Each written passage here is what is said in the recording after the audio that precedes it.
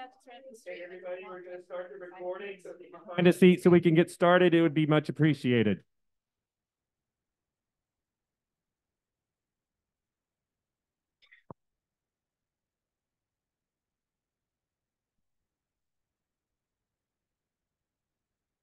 Hello, everybody. For those of you guys don't know me, I am Bill Seck. I'm the president of LICA this year. And you'll see a crowd of us over here trying to make sure that this is recorded and displayed well enough so that we can have a remote participation all involved here. As is our tradition, I want to begin by acknowledging that we gathered today on the ancestral homelands of the coastal Salish peoples who have lived in the Salish Sea Basin throughout the San Juan Islands and the North Cascade watershed from time immemorial. Please join me in expressing our deepest respect and gratitude for our indigenous neighbors, the Lummi Nation and the Nooksack tribe, for their enduring care and the protection of our shared lands and waterways. All right. All right. Welcome to our little community's first town hall of 2024. This one's designed to update everyone on the current status of a project that started several years ago, as well as facilitate community discussion of this project. I would say that it's an understatement to say that there are parts of this discussion which are extremely polarizing. We must recognize that there are neighbors in our community who are extremely emotional about this subject and about this project. Our challenge tonight is to hold this discussion with respect for everyone's opinions.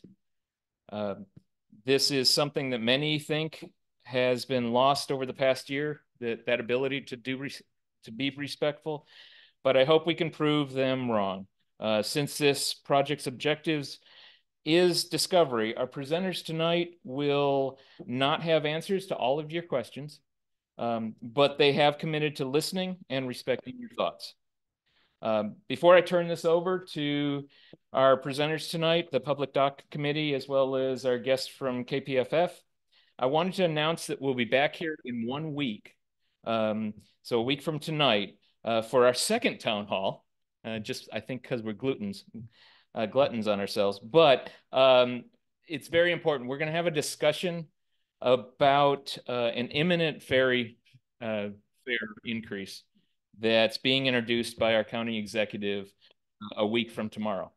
So the Whatcom County Ferry Advisory Committee, our representatives on that want to get together and they want to actually get some input from us before they then represent us at the county council on that Tuesday. So again, let's all try to keep to our best behavior. Appreciate everyone's input. We all care a lot, both sides of the issue, and let's get started.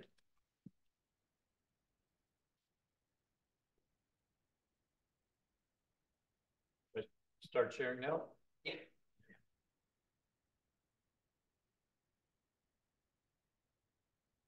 Okay, my name is Mary Ross, and I'm going to introduce the members of the Public Doc Advisory Committee.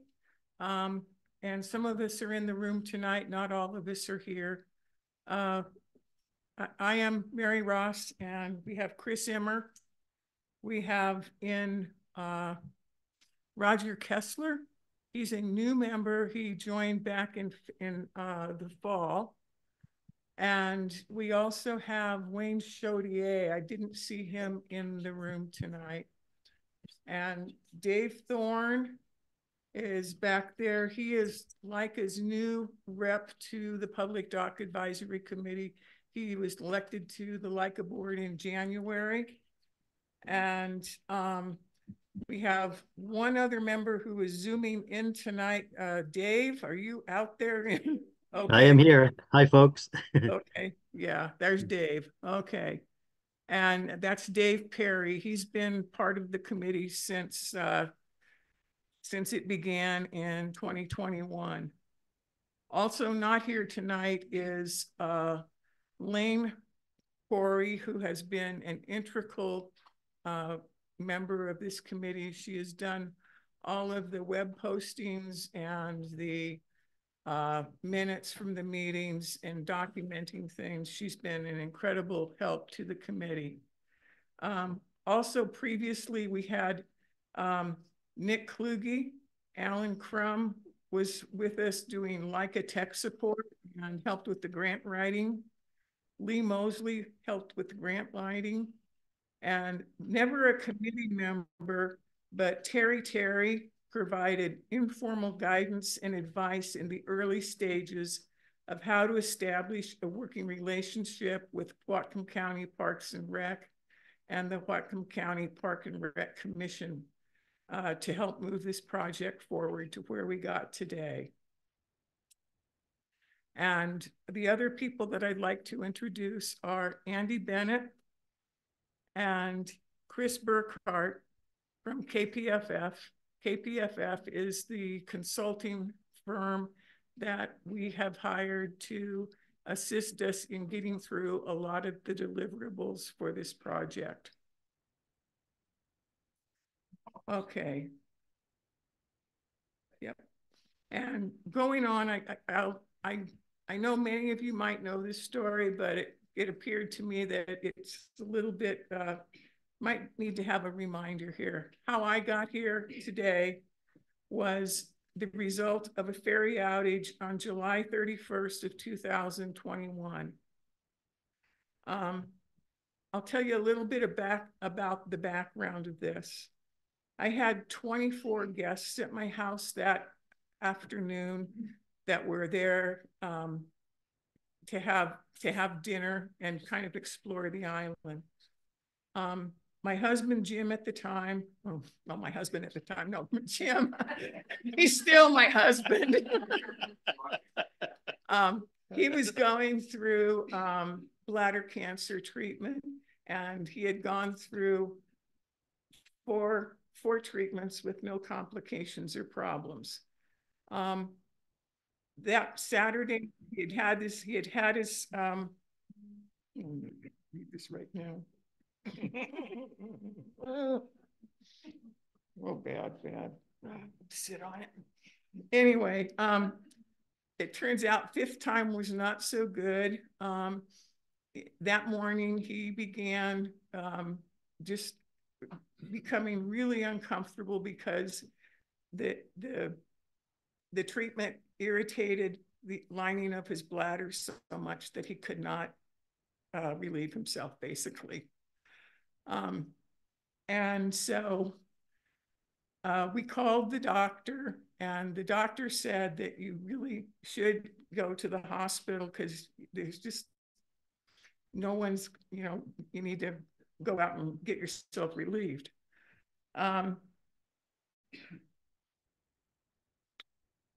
Jim had, so we contacted his doctor, and we hopped in the car and started to drive to the ferry. Just getting to the end of the street, I got a call from a friend who said, Mary, the ferry is out. And it was like, oh no. So I decided I would call 911 because obviously he needed to get into town. The aid car came to my house. They evaluated Jim. They took him down to the ferry dock because at that time they thought that he would be able to, maybe the ferry could do one more run. It couldn't. So I'm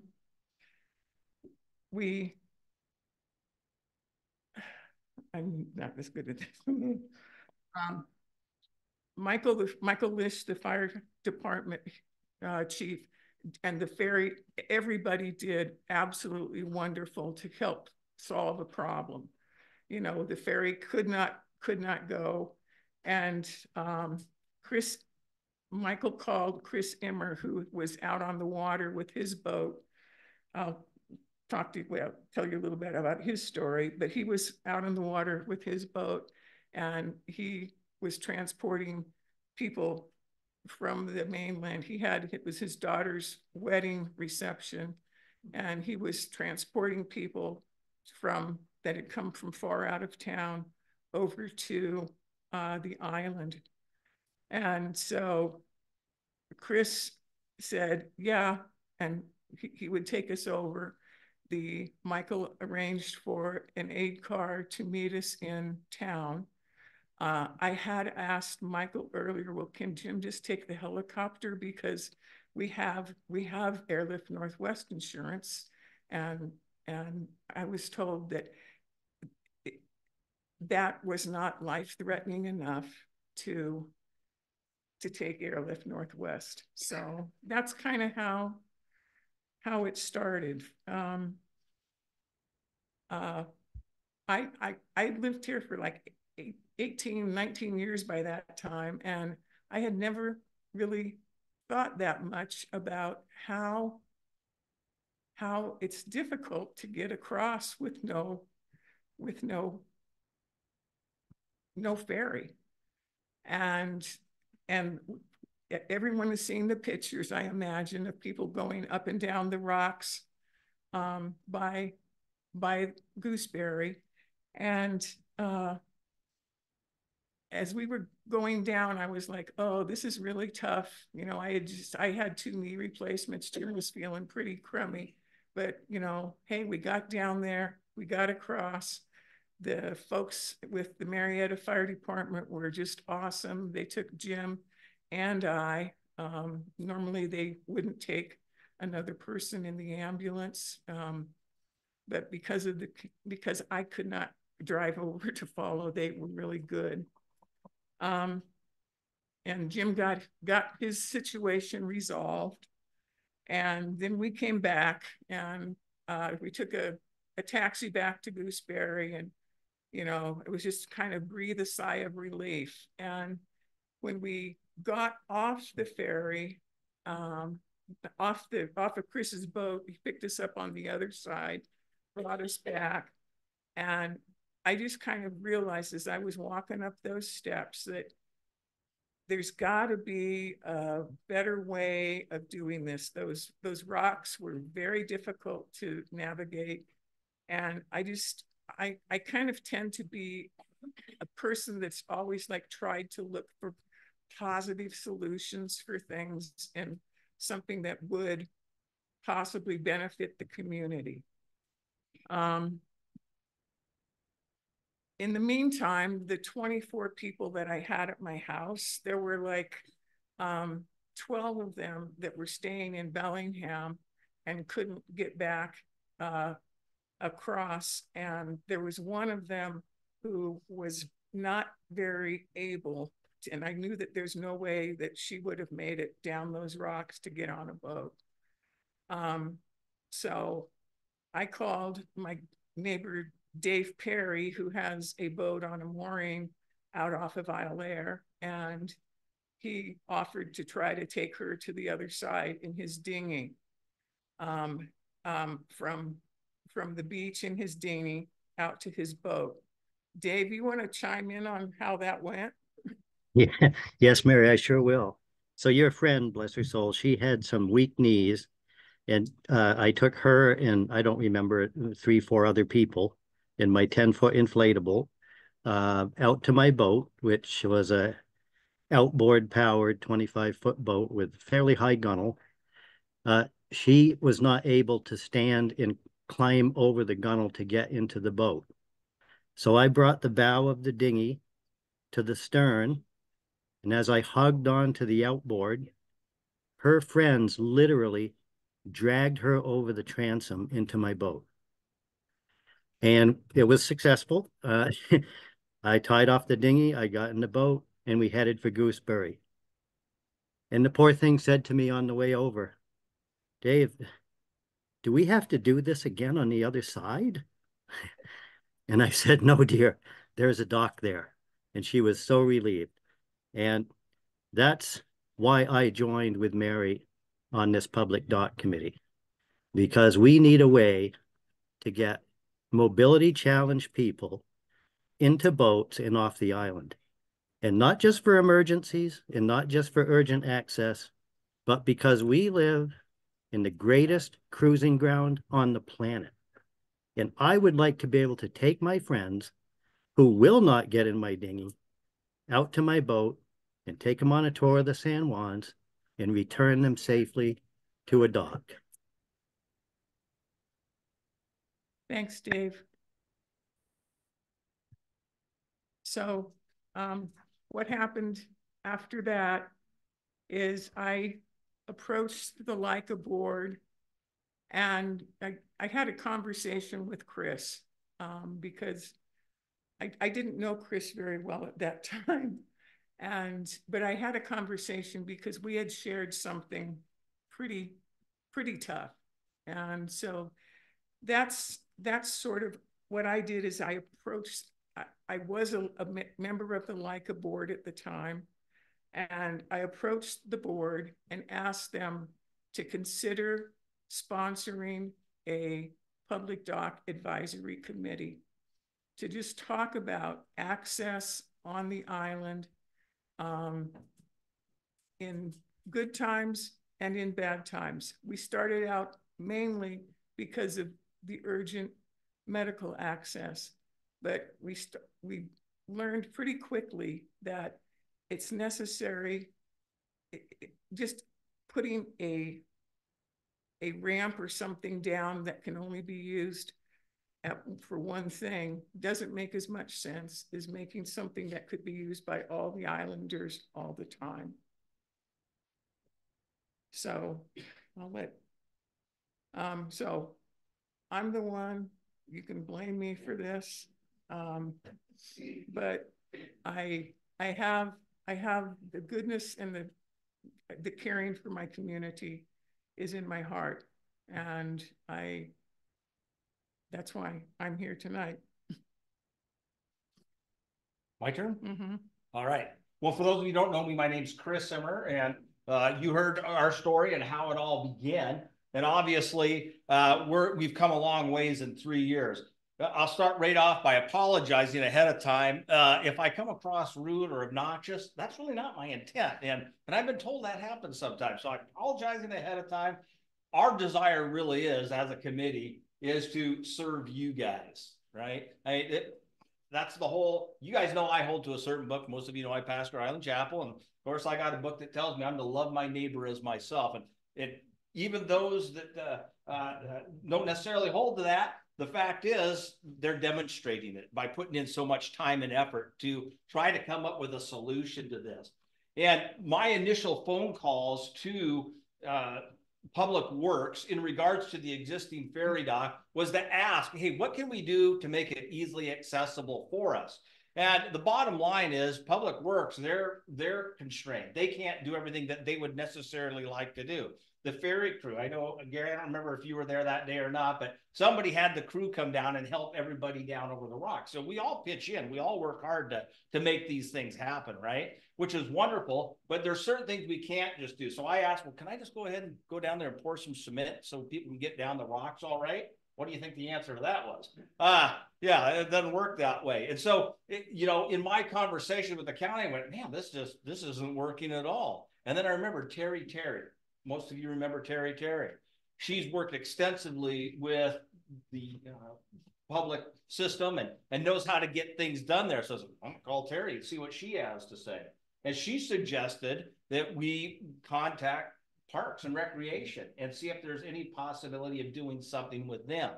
When we looked at all of the different things that we initially came up with, I had crazy ideas. I wanted to use an old reef net boat, turn it into a temporary dock with a ramp I'd build and everything. We just get it done. It'd be out there. I could anchor it. They couldn't tell us no, right? If we anchor it.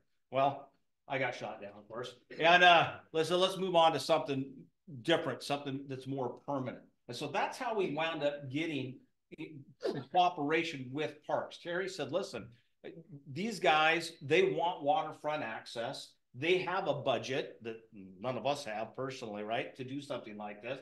And this might be an avenue. So we started exploring it. As you know, most of you, we've been trying to solicit input and talking with you guys since this began in 2021. We've had different folks come into the talks and during our meetings, they've all been open. And that's exactly why I'm so excited about tonight. Thank you for all of you showing up. There's a lot of questions we're not going to be able to answer tonight, right? Things such as the exact design of the dock. I don't know. And it's not up to us, what I've discovered. One of the things Terry said is there's a certain way you have to do things through governmental organizations, right? And that's the last thing I wanted to get involved in, believe you me. But there is a certain way you got to do it. And so we're learning, along with some of you, how to do that. We have no idea how some of these things work. So step at a time, making phone calls, asking the people, okay, where do we go next? One of the things that Parks and Rec said, hey, here's what you need to do next. You need to get professionals. Aha. How are we going to pay for them? We had no idea. And all of a sudden, Dave Perry and Mary and others started really looking around. Where could we find money for something like this? And all of a sudden, there's a grant available through the state. And we're like, what? We might be able to get this? And obviously, here we are today as a result of getting this grant. One question I can answer for all of you right now that's been asked a lot is, can that money be used for something else, like going towards the ferry? No, that's not in our power. We don't have that. The state said this money is designed specifically for finding out about whether or not it's feasible to even put in a public dock, which the thing is what we want to get done, right? And it doesn't necessarily have to be where we've proposed this location. Now, I have good arguments for why that's a good location, but man, I'd be happy anywhere with a dock on the island at this point. But the bottom line is those funds cannot be used for anything but what they're used for. Just as in public works, the ferry funds and all that, even the parking lot can't be used for anything other than the ferry terminal and those things. There's laws and rules involved, right? And so we're learning this along with you and trying to find out, well, how do we get over these hurdles or get around it? How do we get something that'll benefit the whole community, right? KPFF is going to do a great job in answering questions that we're not qualified or licensed to do, for lack of a better word, right? They met certain state standards. They have the credentials to be able to do those things, to answer those questions we can't answer. But working along with you guys, trying to get the answers to these questions. We're really trying. And anybody that wants to join with us and help in finding those answers, we'd love to have them, right? So hopefully that's a start to this discussion. Really, this is the beginning of the discussion. We are just now beginning this process. The only thing that I know of that's been done so far is the archaeological study. I oversaw it here as they dug holes out by the current platform. And that's all I know so far that has been accomplished. I think, well, not 100%, because I know they said there's pilings remaining out there, right, underwater. So long introduction. I'm going to stop there. Let's go from there.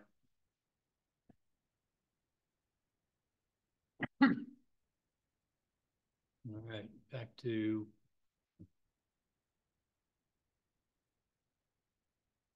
So you talked a little bit about the working with Parks and Rec. Did you want to? Again, I hit on it. Why don't we just, does everybody understand how that worked with the Parks Department? They said, hey, we're interested in doing a collaboration with you guys, and this sounds like something we would like to do. And on their statements, we then started pursuing, all right, how do we make this work? And they suggested that we look for finances to be able to fund doing the studies needed. Does that make sense? Okay, let's go on next. The purpose and need. So yeah, from our perspective in the committee, those of us who hauled folks, we're looking for something that can be permanently accessed by us, because in no way, shape, or form can we be allowed to use the ferry terminal in any way, shape, or form. Only those that have the right approval from the county, whatever that looks like. We don't even have the answer to that in its finality, right? So that's why we're looking for something that will give us access, just as general citizenry, to be able to access and use. Make sense? Okay. So I think we've talked about the short-term docking opportunity and some of the other elements that we're looking at and why we want to do this. And anything else on the waterfront activities, and I think we've talked a lot about provide safe access on and off for island residents. But this is why we're doing this work. Mhm. And then this was the emergency scenarios. And I think the key thing here is that the future ferry terminal will have some access, but not public access. And that's something that I think you guys have dug into with the ferry and with the county public works. Yeah, and one of our thoughts, of course, as we've discussed this, is the fact that you think of what happened over in Hawaii with the fires there, any major thing, the infrastructure of our government is going to be overwhelmed rather quickly. And though those people that are involved in those things are going to respond as best they can, the fact is, if it's a major deal, we're still limited on the resources that we have, right? And I forgot to start this in the beginning. I in no way am representing Lummi Island Fire or the fire department in any way, shape, or form in anything I say. Everything is my personal opinion and maybe some of the opinions of the folks here, okay? And one thing, for some reason, 2021, I think I was the person that was causing the Whatcom chief to break down, because I got caught in the first one in July. I was also on the other side. I was next in line, right in line when the chief broke down in October for that one too. And I was sitting there watching. I use that as an educational thing because in that outage they did call in for the ramps and the floats because they knew it was going to be prolonged. And I watched that, you know, how lengthy it takes for them to get the easy public access in, because they can't really call in the Salish Sea until those floats are in. In an emergency, they would have got everybody that was involved in an emergency over. I have no doubt that the fire department would have gotten people over, but there's people that sit on the side trying to get home with their children, and all kinds of things. And that's like urgent access. That's just wanting to get home. It's not absolutely necessary. One thing that the Public Dock Committee did, and I think it was really helpful for the community, is we started, and it still is on the website, a ferry outage impact survey. And we collected stories from people that had been impacted by ferry outages over time. And I'm not saying this because I think that the chief breaks down a lot. 2021 was a bad year for the chief. And it's since then, it has not been nearly, it's been reliable, wonderful, and I'm going to knock on wood because I don't want to make anything bad happen. But and we collected those, and I was very pleased. And I would present those at the LIFAC meetings to say, this is how these are some stories that people have turned in. And Public Works listened to that. They requested the data that we had collected, and those impact stories were sent with the application for the RAISE grant to fund the new ferry. So that's one thing that we did early on. Great. Yeah, let's go. So the long-term goals of the project are expand opportunities for recreational access, public access to the waterfront, safe access for boaters with limited mobility. This is something that we've heard a couple of times. And the urgent access, and then alternatives for evacuation via boat. Is there anything else that you guys wanted to expand on, any of those long-term goals for the project? Sounds good to me. I think that sounds good to me. Okay.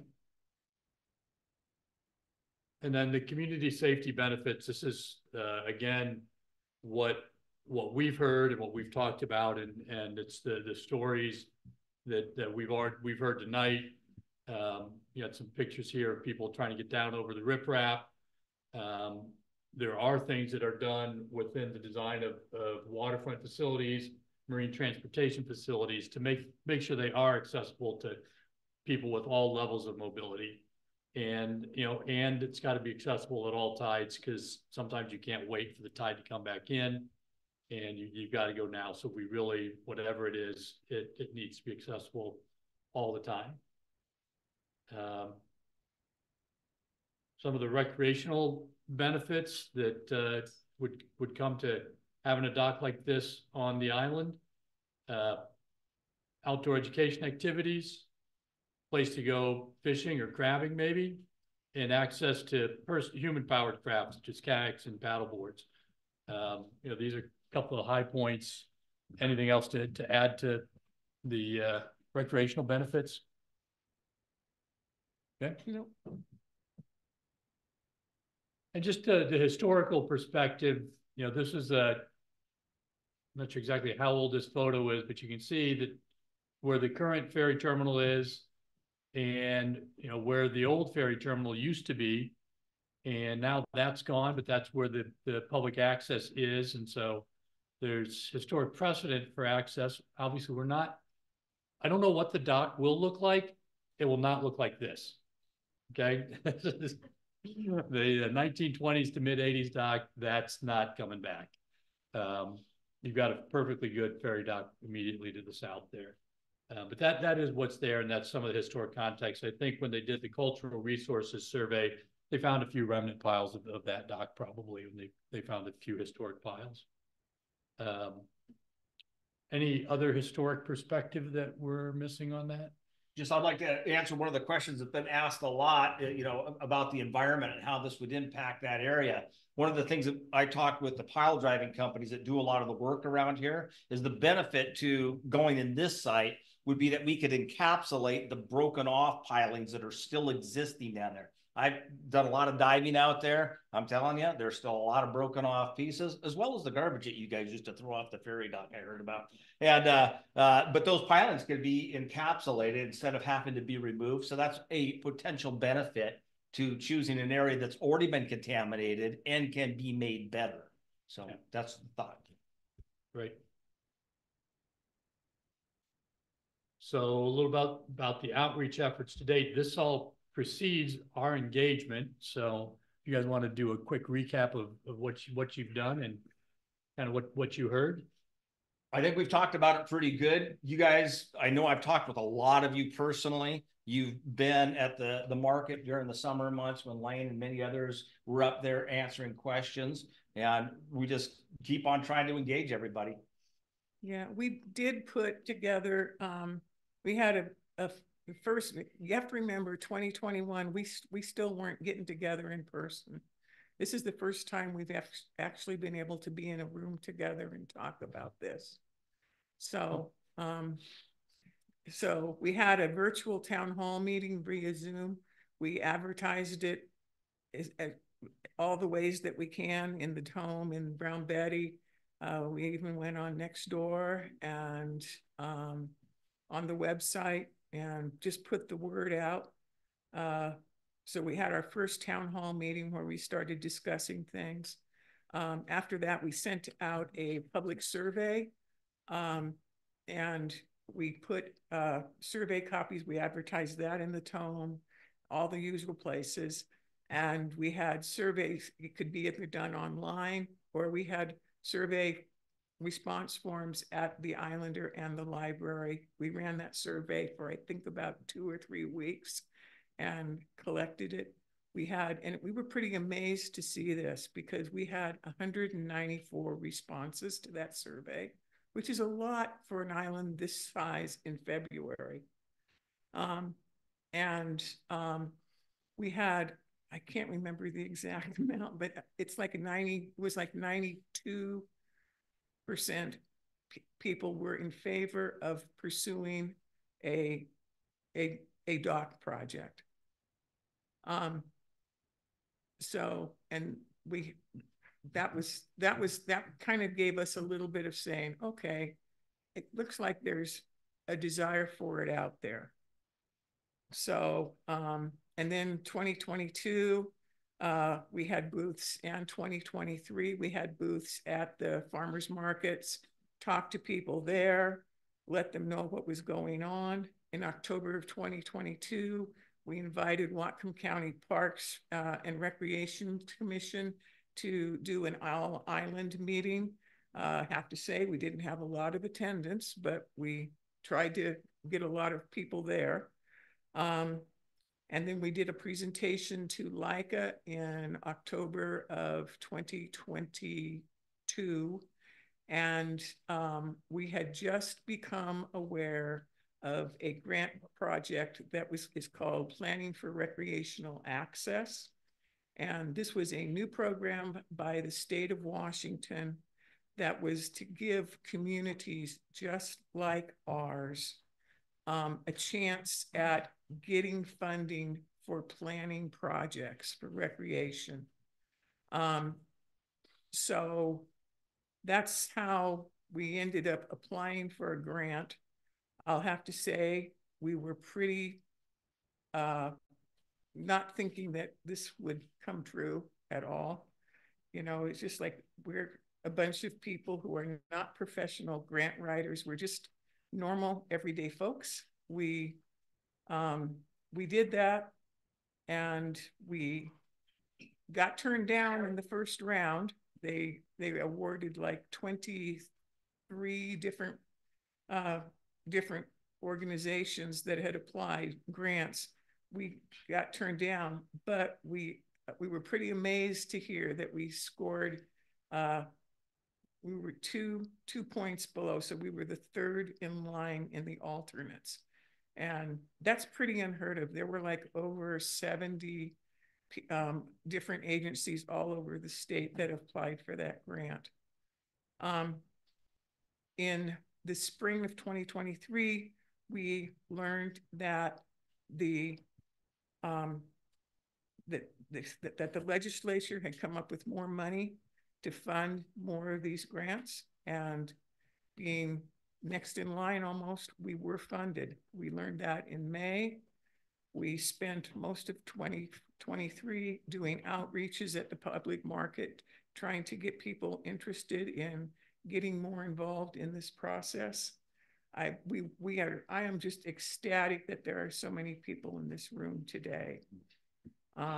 Because one of the goals with the grant was to have a conversation about, like, you know, do we really want a dock? Do we really need a dock? There's a lot of feelings out there. And so we got our grant agreement, which allowed us to start using the funds. And this grant is a reimbursable grant. It's 100% reimbursable. We had to come up with no matching funds or anything. All that LICA had to do is we had to come up with a way to fund our activities, and then we turn in a reimbursement fund and money. So we have several islanders who have stepped up and decided to loan LICA enough money so that we can keep this grant moving. And so that's kind of where we're at there. And in October 30th of 2024, so a year later, we signed our grant agreement, and we began working with our in our committee to advertise for consultants for the 3 areas that we knew that we could not do. And that's where we are right now.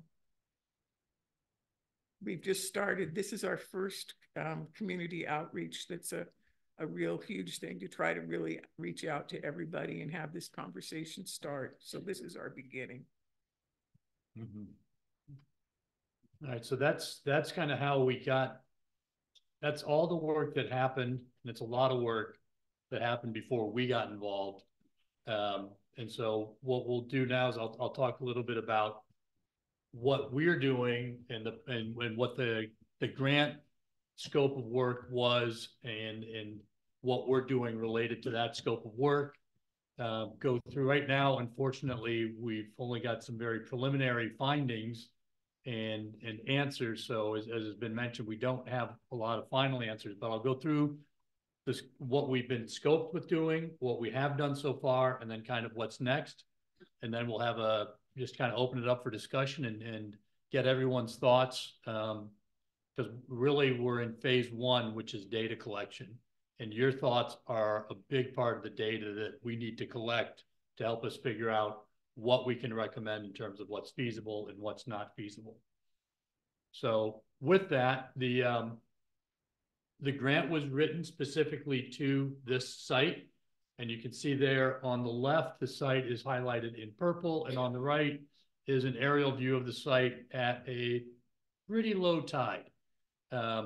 So this is what we're talking about. It's a 0.2 acre parcel. It's owned by Whatcom County Parks and Rec. And so they're the landowner. Anything that gets done here would be done in close coordination and cooperation with Parks and Rec. And they would be partners in anything that goes forward. So the preliminary planning and site investigation is doing what we've been doing. The STAR is where we are right now, which is getting your input to inform, help us know everything we can know about the site. The next step would be looking at alternative designs based on all of the feedback that we've received.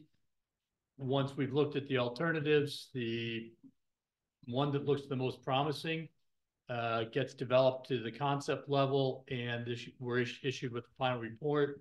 And the intent is that the current intent is that concept design plan and final report serves as the grant application material for additional grant funding to actually do the design and keep the project moving forward.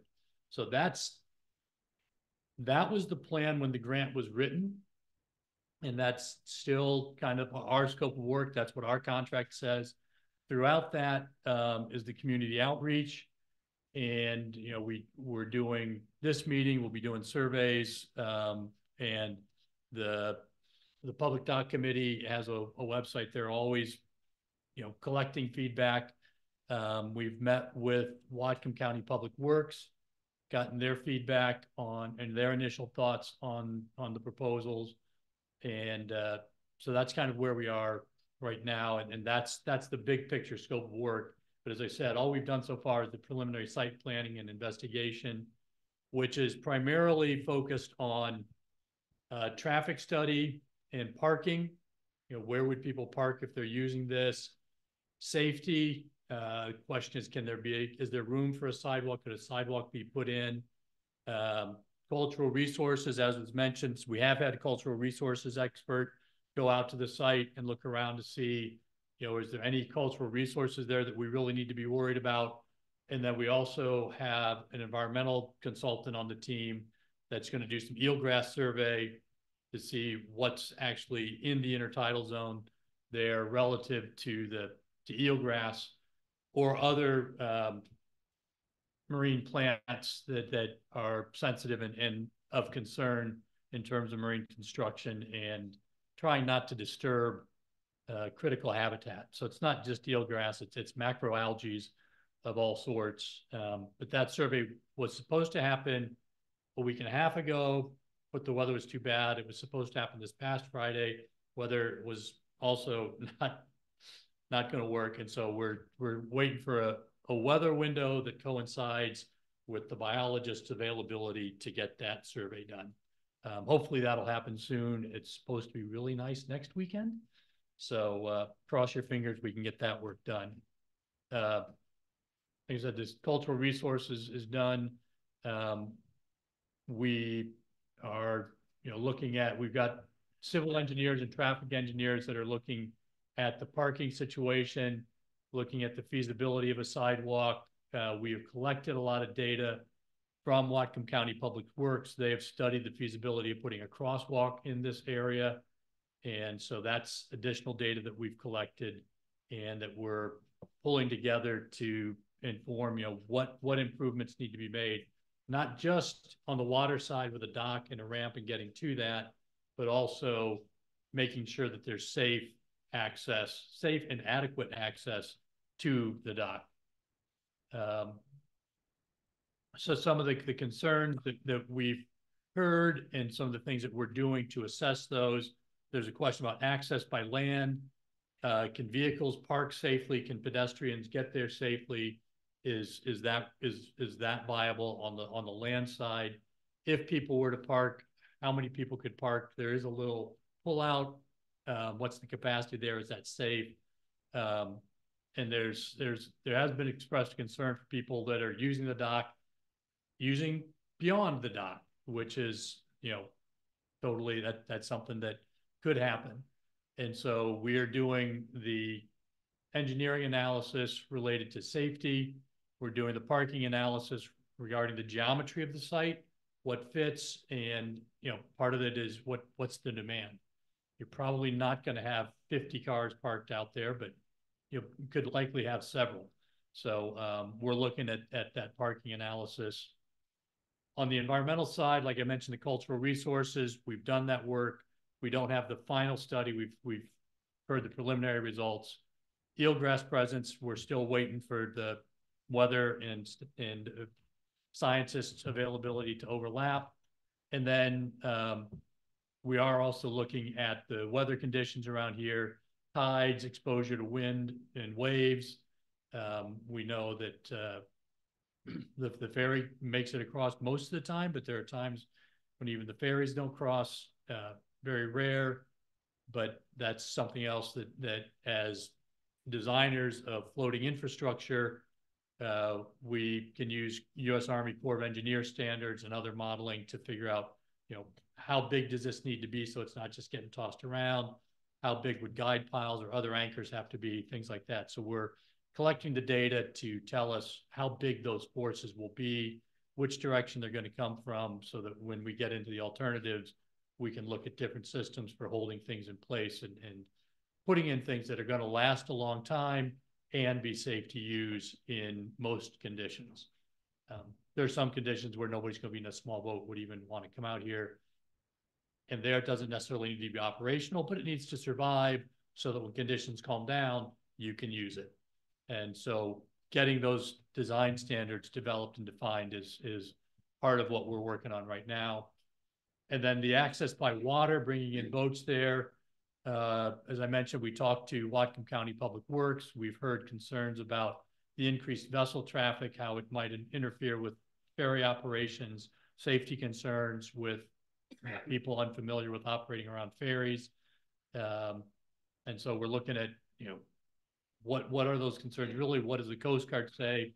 What other best practices do we know about in terms of ferry operations in proximity with recreational vessel access? We know that there are ferry terminals that are adjacent to marinas. So this is something that has been addressed by others elsewhere. Is that applicable to the unique aspects of the Lummi Island ferry is one of the things we'll have to work through. And then there's also the question of maintenance and monitoring. How do you repair it? How do you maintain it? Designed for a long service life, but like anything, there is maintenance that has to be done. And who's responsible for it? Who's going to do the inspections every, it's 5 years for underwater structures? How does all that happen? And what are the requirements and recommendations for that? So this is all the information that we're gathering right now to help us start to develop the alternatives, which we haven't done yet.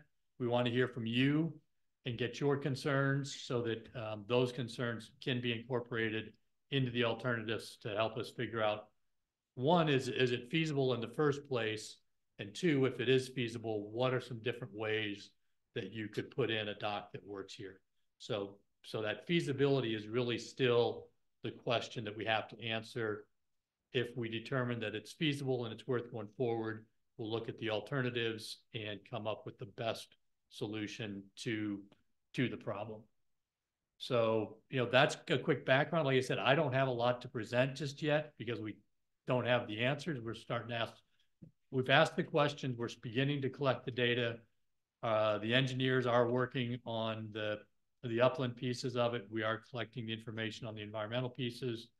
But the main purpose of tonight is to hear from you all. So with that, I'm going to open up the floor unless there's any closing remarks from the Public Doc Committee before we open things up.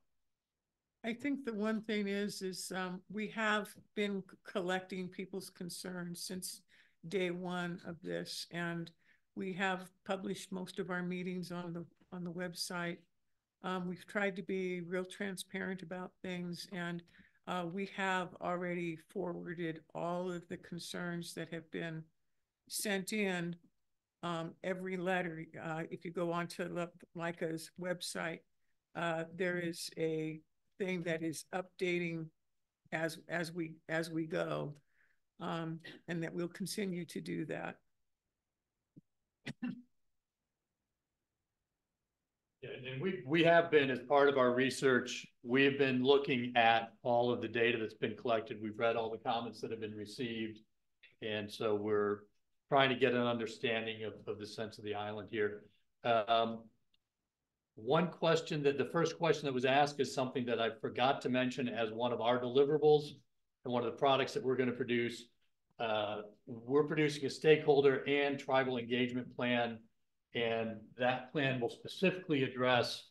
So the question was, what's the plan for consulting the Lummi Nation regarding their fishing needs? So there are proper protocols and processes for working with all of the nations of the Salish Sea who have their usual and custom fishing rights. And we have members of our team who are very experienced with that kind of work. And so they're helping us figure out, who do we talk to? What do we need to prepare before that meeting?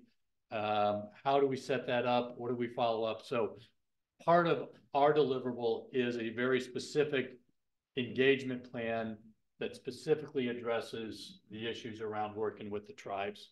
So we're working on that. Another thing we're doing is a public engagement plan, which included a public meeting. And so that one is a little further advanced, but it includes other aspects of engagement that we will get to. So those are things we're working on. Again, we don't have the answer to that, but before the project can move forward, yes, we need to engage the tribes, and we will have a very thought out and considered plan for doing that. So how would you guys want to now proceed on the questions? Andy's actually answered one on the chat. We have additional coming in, but we also want to share the time with our audience here. Do you want to carry the ones that are just on chat?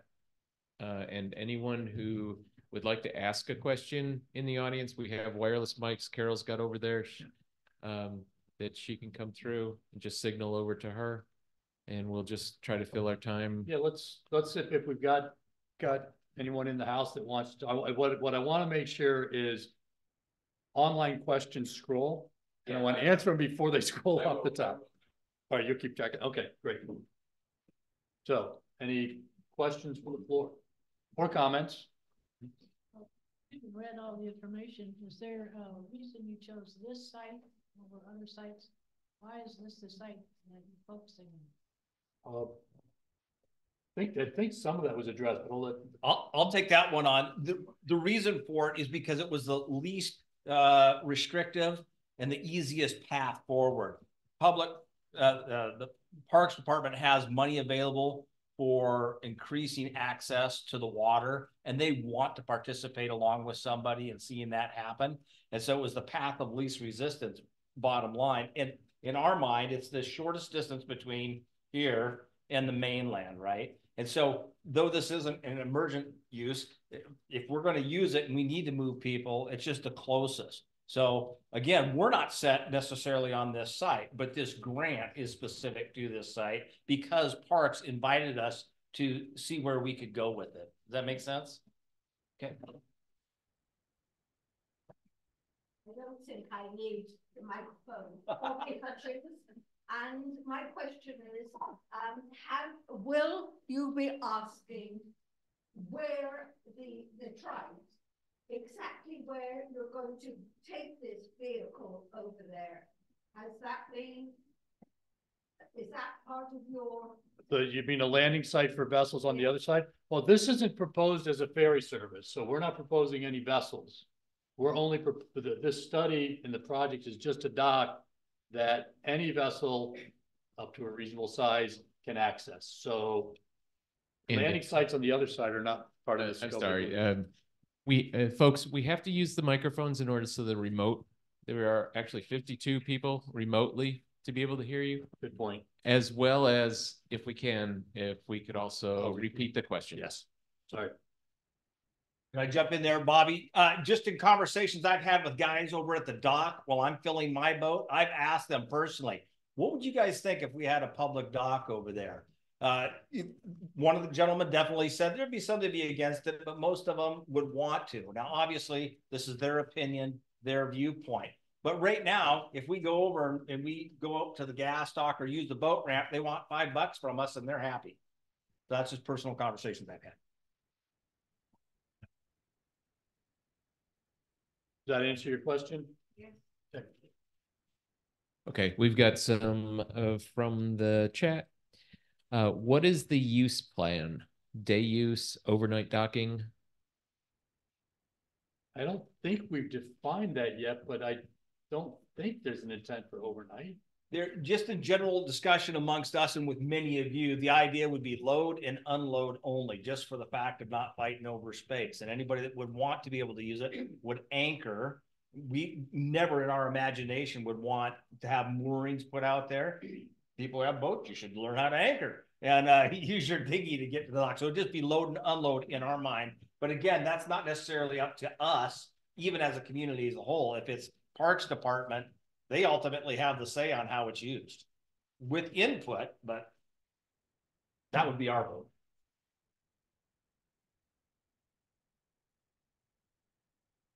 All right, we've got another one. This one from Victoria Suze. Barry surveyed that beach. It's a 20 to 30 foot drop from the road. In order to be ADA compliant, the dock would need to be 200 to 300 feet long. I don't know if that's a question, but well, I think the ramp would certainly need to be fairly long to be ADA compliant. The rules within the access board guidelines for marinas and ferry facilities generally say that as long as you're 80 feet long, you don't have to be longer, even if that puts you outside the 12-to-1 slope, which is the standard for most ramps. Normally, if you're a ramp on shore, 12-to-1 slope with a 5-foot landing every 30 feet. I think that's right. But for ramps to ferry docks and marinas, they don't necessarily have to do that. Washington State Ferries generally has their ramps are about 100 and I think the one we just did for pedestrians at Mukilteo was 120 feet long. So yes, the ramp would have to be pretty long, especially if we want it to be as close to universally accessible as we can. The dock itself doesn't have to be that long, but the ramp to get to the dock to achieve an accessible slope would have to be quite long. And it kind of depends on where the dock ends up, how long the ramp is. okay, we've got another one that actually just asks, will the existing terminal bathrooms be accessible? But I think it's probably, let's take that to the wider subject of just what we've heard on the separation that's required for ferry operations and their property versus Parks and Rec. Yeah, we've talked about the interaction and the concerns with interaction between the ferry and the recreational craft accessing here.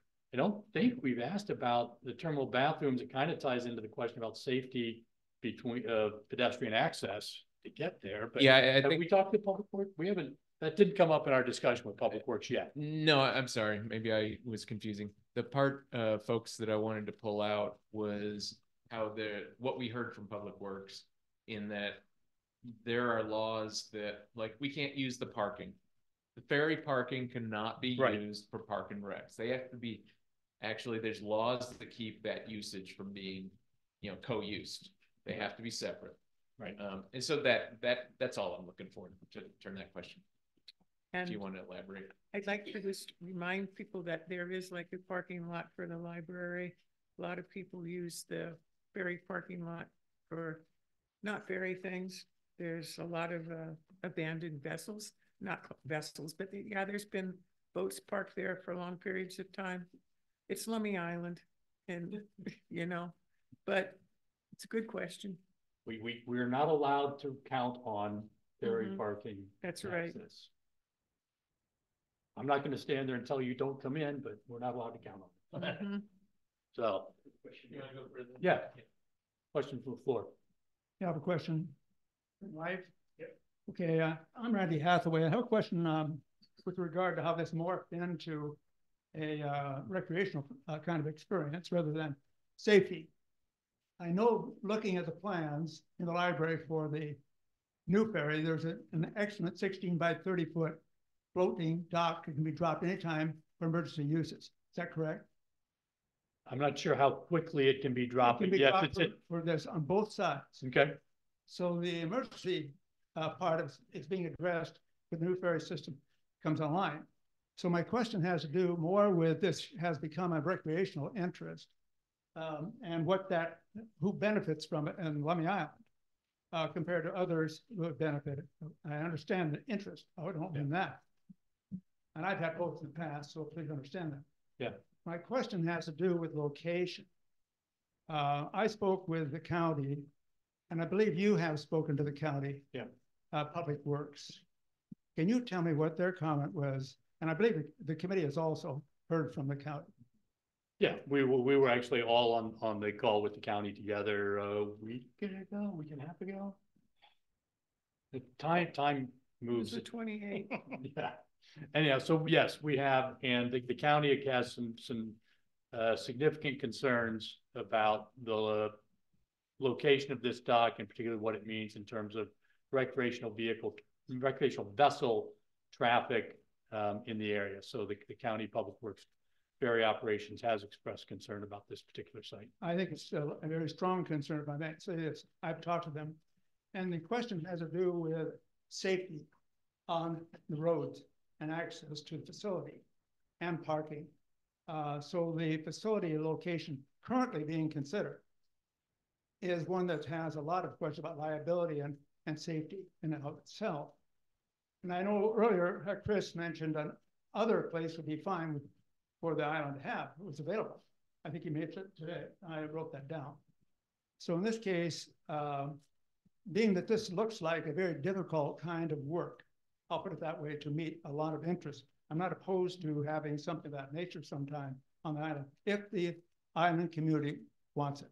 Yeah. So the question is, has there been any consideration of other sites as possibilities, given what you're finding already? And I'll answer this. The question is, have other sites been looked at? The consultant team has not. However, I believe the Public Dock Committee has done some of that work, and it has to be separated because the grant was pretty narrowly written.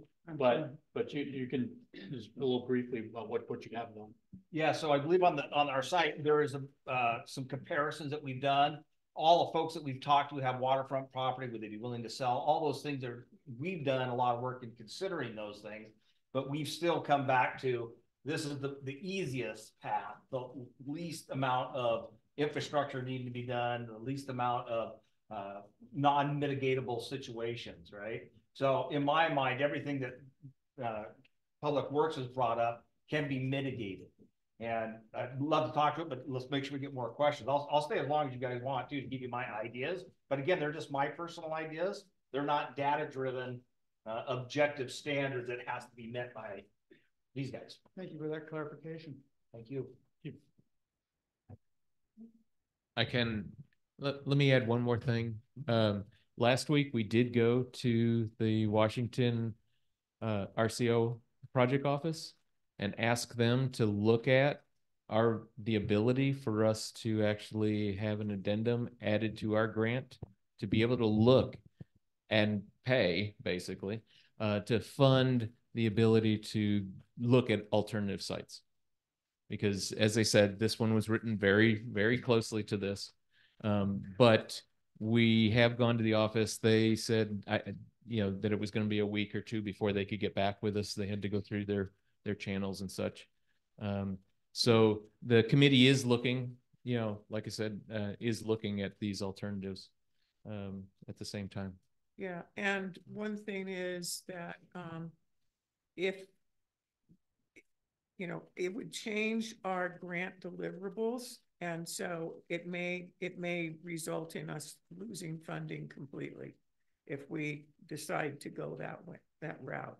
So that, because it would change what we said that we would try to do during the grant, which is do the feasibility study and analysis for this site.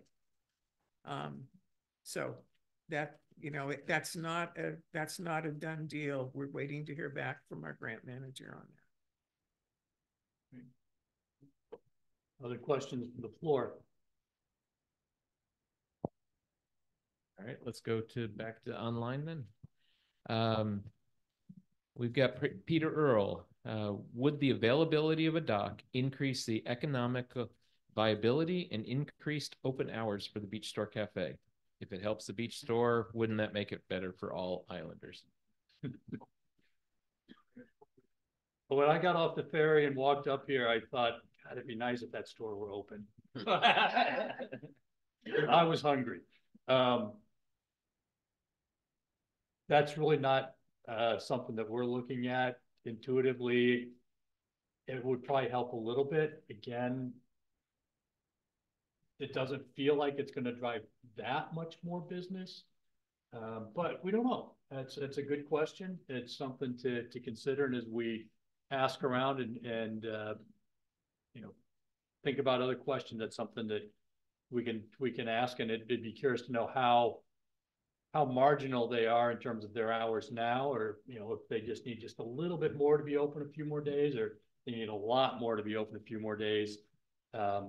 We're probably not going to add a lot of economic analysis along those lines to our scope because we can't afford it. But it's a great question, and I can't see it would hurt. But. So subjectively, everybody I've talked to that owns a business on the island has been in support of having some sort of public access. And again, that's my subjective conversations. I've had some conversations with some folks at the I've had some conversations with the folks at the cafe about issues of hours, and the response consistently has been staffing. They would like to be able to do more things, but the challenge is getting people to staff it. That's the feedback that I've gotten anyway. Thank you. Is that coming through for people online with the mics? Yes. Okay. Yeah, as long as we're using the mic. Great. So as long as we're using the mics. We do have Dave Parker, who actually has raised his hand. So I'm going to unmute him and let's see if we can get you. How's my audio? Can you hear me? Yes. Yes, we can. Okay. I don't think I've spoken about this before 2 years ago at the first town hall, so I don't think my comments are going to come as a huge surprise. But for the moment, I'd like to set aside the question of what the grant will and will not pay for and look a little bigger picture. And my first thought is that I think there are very divergent views amongst the islanders about the significance or insignificance of a public dock and private boats in the event of a ferry outage. And I think probably that divergence is in part explained by whether it depends whether you're optimistic or pessimistic about Public Works' promise that there will be these rapidly deployable hydraulically activated emergency docks that will hit the water in a matter of minutes, and the Salish Sea will be engaged in a matter of an hour or two. So that's just, I think it's just a question of whether we believe them or not. I tend to believe them. I think that's the plan. And I think so the significance of the private boat fleet in ferry outage situations, I think, is going to be pretty minor. I also worry about the significance of the private boat fleet when most of the boats are in the water for 4 months or less a year. You'd have to be kind of lucky to have an emergency situation where the private boats would be useful and it would fall in the right period of the year and also in the right weather where we could go out. But setting that aside, I think a stronger case can be made that private boat fleet and a dock might be more useful. And I think Chris alluded to this in a real disaster situation, an island-wide catastrophe of some kind. The obvious example being a wildfire, in which case pockets of the community could easily become isolated and wouldn't have access to the ferry dock. So my thought is, well, if you're going to put in sort of a secondary egress point in addition to the ferry dock, why would you put it right next to the ferry dock? It would make more sense to have egress points scattered around the island, Scenic Estates, the ferry dock, somewhere on the west side, for that kind of an eventuality, should that happen. So that leads me to my thoughts about the site that you've all selected. And I have to say, I really disagree with Chris. I don't think there's anything really optimal about this Parks and Rec owned parcel, including the length of the pier that's going to be needed to float a sailboat at any kind of a low tide is going to be pretty amazing, I think, when you look at it. And I really have to question the statement that we're going to set this thing up and then encourage people to anchor off it and use it as a dinghy dock. It's right in the middle of a cable crossing area. And at least when I took sailing classes from the American Sailing Association, we were told, oh no, you do not anchor in a cable crossing area. It's a very bad idea for a number of reasons. So I really just don't see this site as being advantageous. If it is feasible, I think it's going to be inordinately expensive to build a public dock there. And if we're talking about millions of dollars, then why not think more broadly about other possibilities? And the obvious possibility, and I think some people have mentioned this in some of the online chat, is what about a rejuvenation of the Village Point Marina and all of the things that might bring to us. I mean, as a recreational boater, the thing I need is a boat ramp, a decent boat ramp, more so than a dock. And I think that would be a universal, there would be universal agreement about a better boat launching situation than we have now on the island. But I think there's opportunities there for retail, maybe that restaurant that, everybody seems to want, that low-key diner experience as an alternative to the beach store. The Sisters gift shop is apparently going away. So what about arts collective, a gallery, some things like that. I think we need to think big. And I think there's a lot to be said for something on the west side. And I think there's a lot of negatives associated with the proposed site that's in the grant. So those are my comments.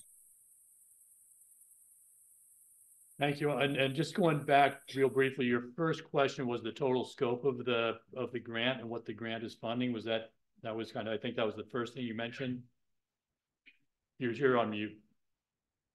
Sorry, we're flipping you back and forth to mute, Dave. Dave, you're still muted. What I said was I'd like to set the question of whether the grant would fund it or not aside. Okay. To have a broader discussion about whether this location is a good idea or whether there might be other locations that are a better idea, and then figure out how we get after that going forward. Okay. Well, thank you for the clarification.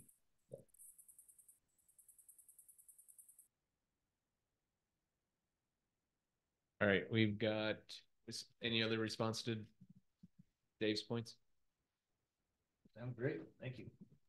Hey, this is Dave Perry. I would like to make a comment there. Can you hear me? Sure can, Dave. Okay, Dave, you make a lot of very good points, and I've read some of your feedback that you've submitted already. And I think I would like to just clarify, and what we tried to give the background of how we arrived at this site. And right or wrong, we did write this grant specific to this site. And one thing that hasn't been stated today is that this particular grant, this PRA grant, we can't extend the endpoint. They don't allow us to do that. We asked, and we're still waiting to hear back from RCO, but it was pretty clear in the grant that this had to be completed by the end of this year. So we have a statement of work. We have an exceptional engineering firm lined up to do some conceptual designs. We know the site has some challenges. My feeling is, and I'm an engineer, and I appreciate that you can't design a facility, a dock for this particular site, and it just moves from A to B to another site. But many questions have been raised. What is this dock going to look like? How much is it going to cost? How are we going to pay for it? And this is what this feasibility study is all about. So I've said this to my fellow committee members for the past several weeks, months now. I don't want this grant to be shut down. We are going to learn an awful lot of valuable information by completing this process. I completely agree with you, and Chris has continued to evaluate other sites.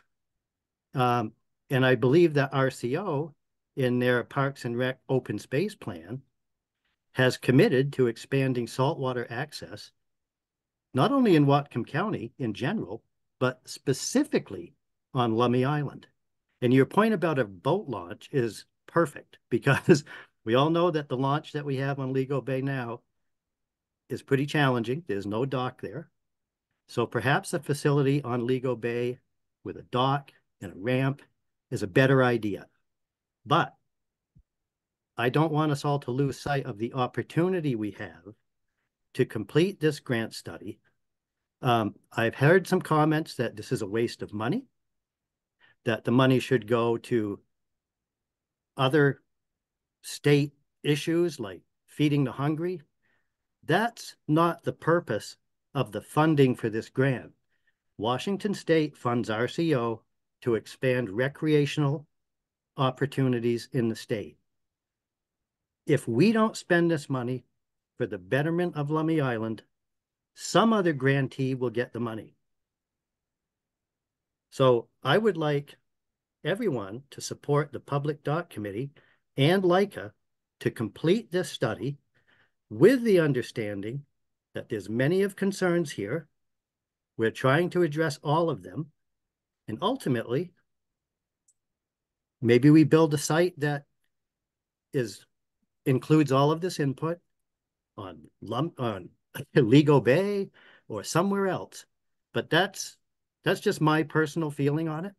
And I wanted to make sure that people were clear on the background and the limitations of the grant and the opportunity we have to really learn from completing it as written.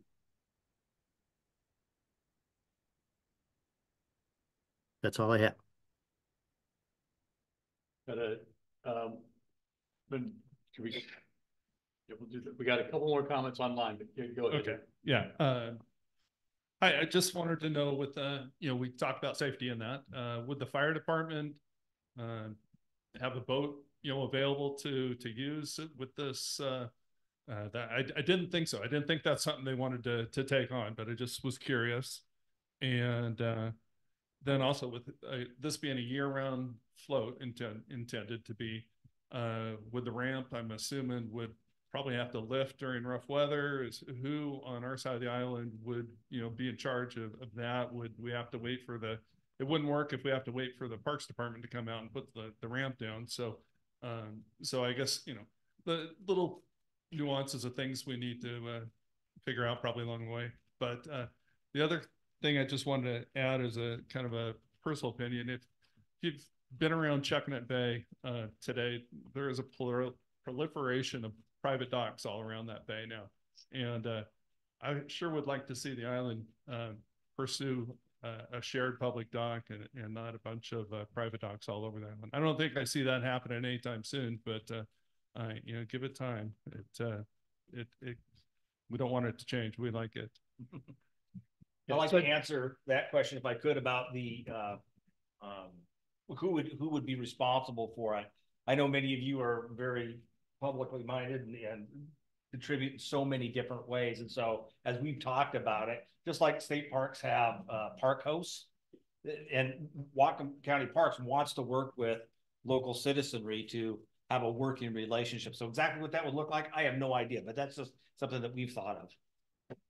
Yeah, and I think one thing to point out in terms of design, what's possible, not necessarily what's feasible, but what's possible is we could come up with a design that is robust enough to be operational year round.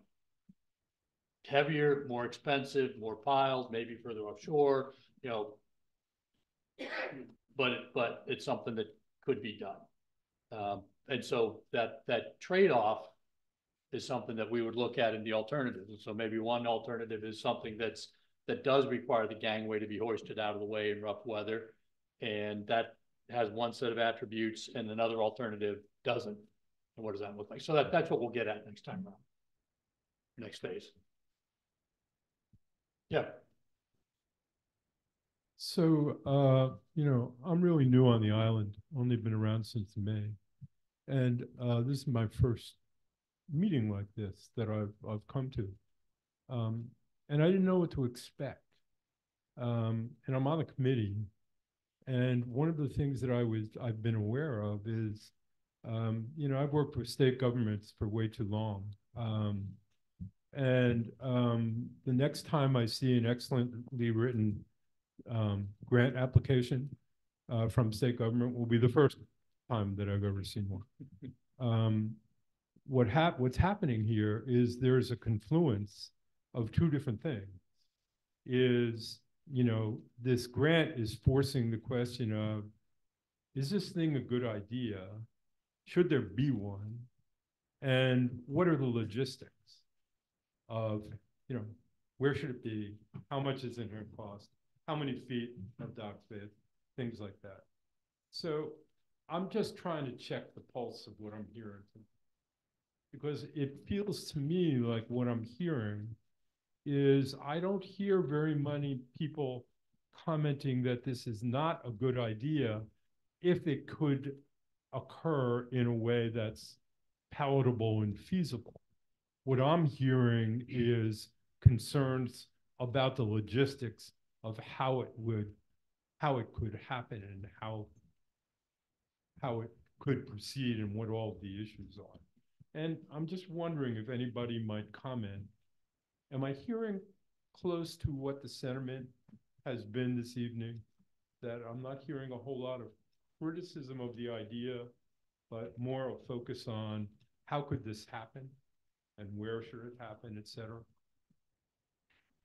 That's my question. I think that's a fantastic question, and that's kind of what we can walk away from here with an answer, a consensus answer to that question. Yeah, that'd be fantastic. Yes. So I'm not going to try. That's up to y'all. Well, we've got lots more questions online. They've been stacking up. We have some questions. Would the ferry bathrooms be used for the proposed dock users? If so, would the Whatcom County Health Department approve this expansion of the use of the existing septic system? That's the first one. Anybody know? Okay. No. That's a good question to ask Public Works. All right. The next question, any public dock on Lummi Island may draw kayaking groups from all over the Northwest to tour the outer islands. How would groups like this be handled safely crossing the road with kayaks and gear? Where would their vehicles be parked for long periods of time?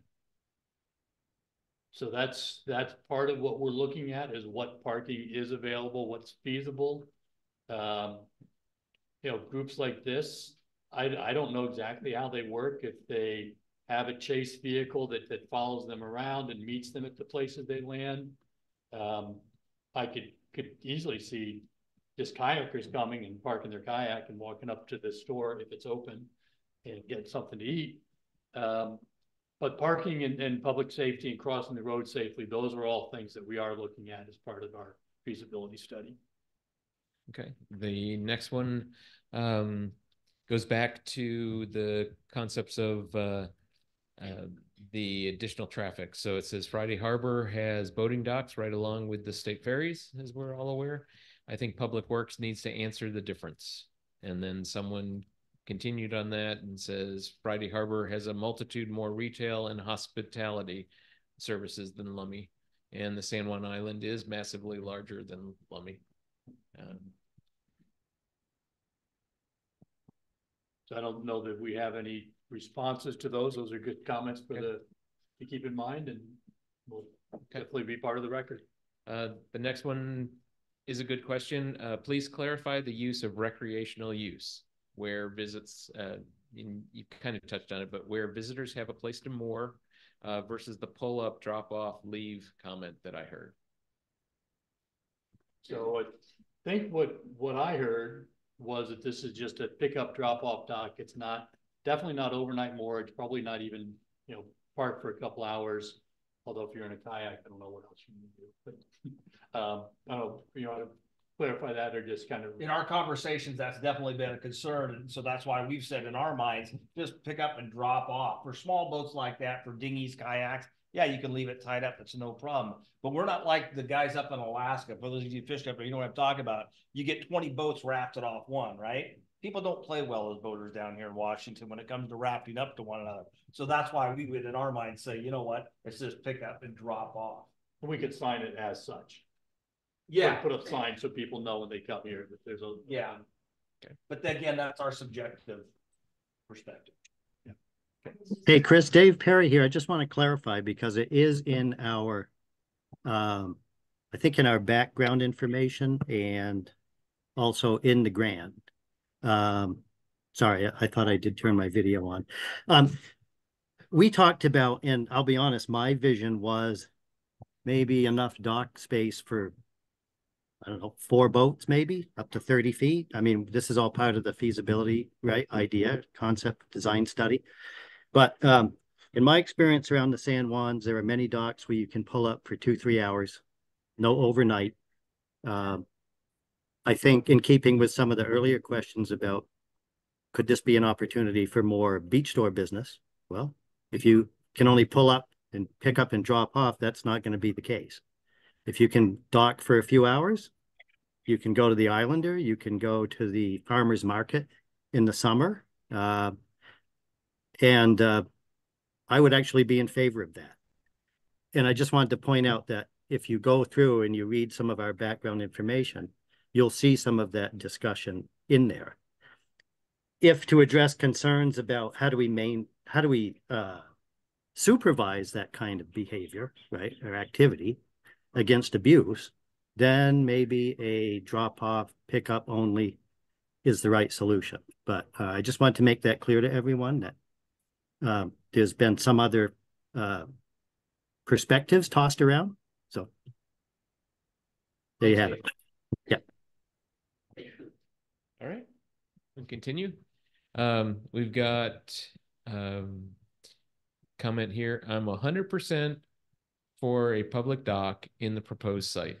It's crazy we don't have one. There are public docks on most of the other San Juan Islands. Okay. Then that was followed up with most other islands have harbors where docks are protected. Lummi Island is unique in lacking a harbor. Then another one, congratulations to the committee for securing this grant. This is something that makes so much sense for our community, and we are very fortunate for this opportunity.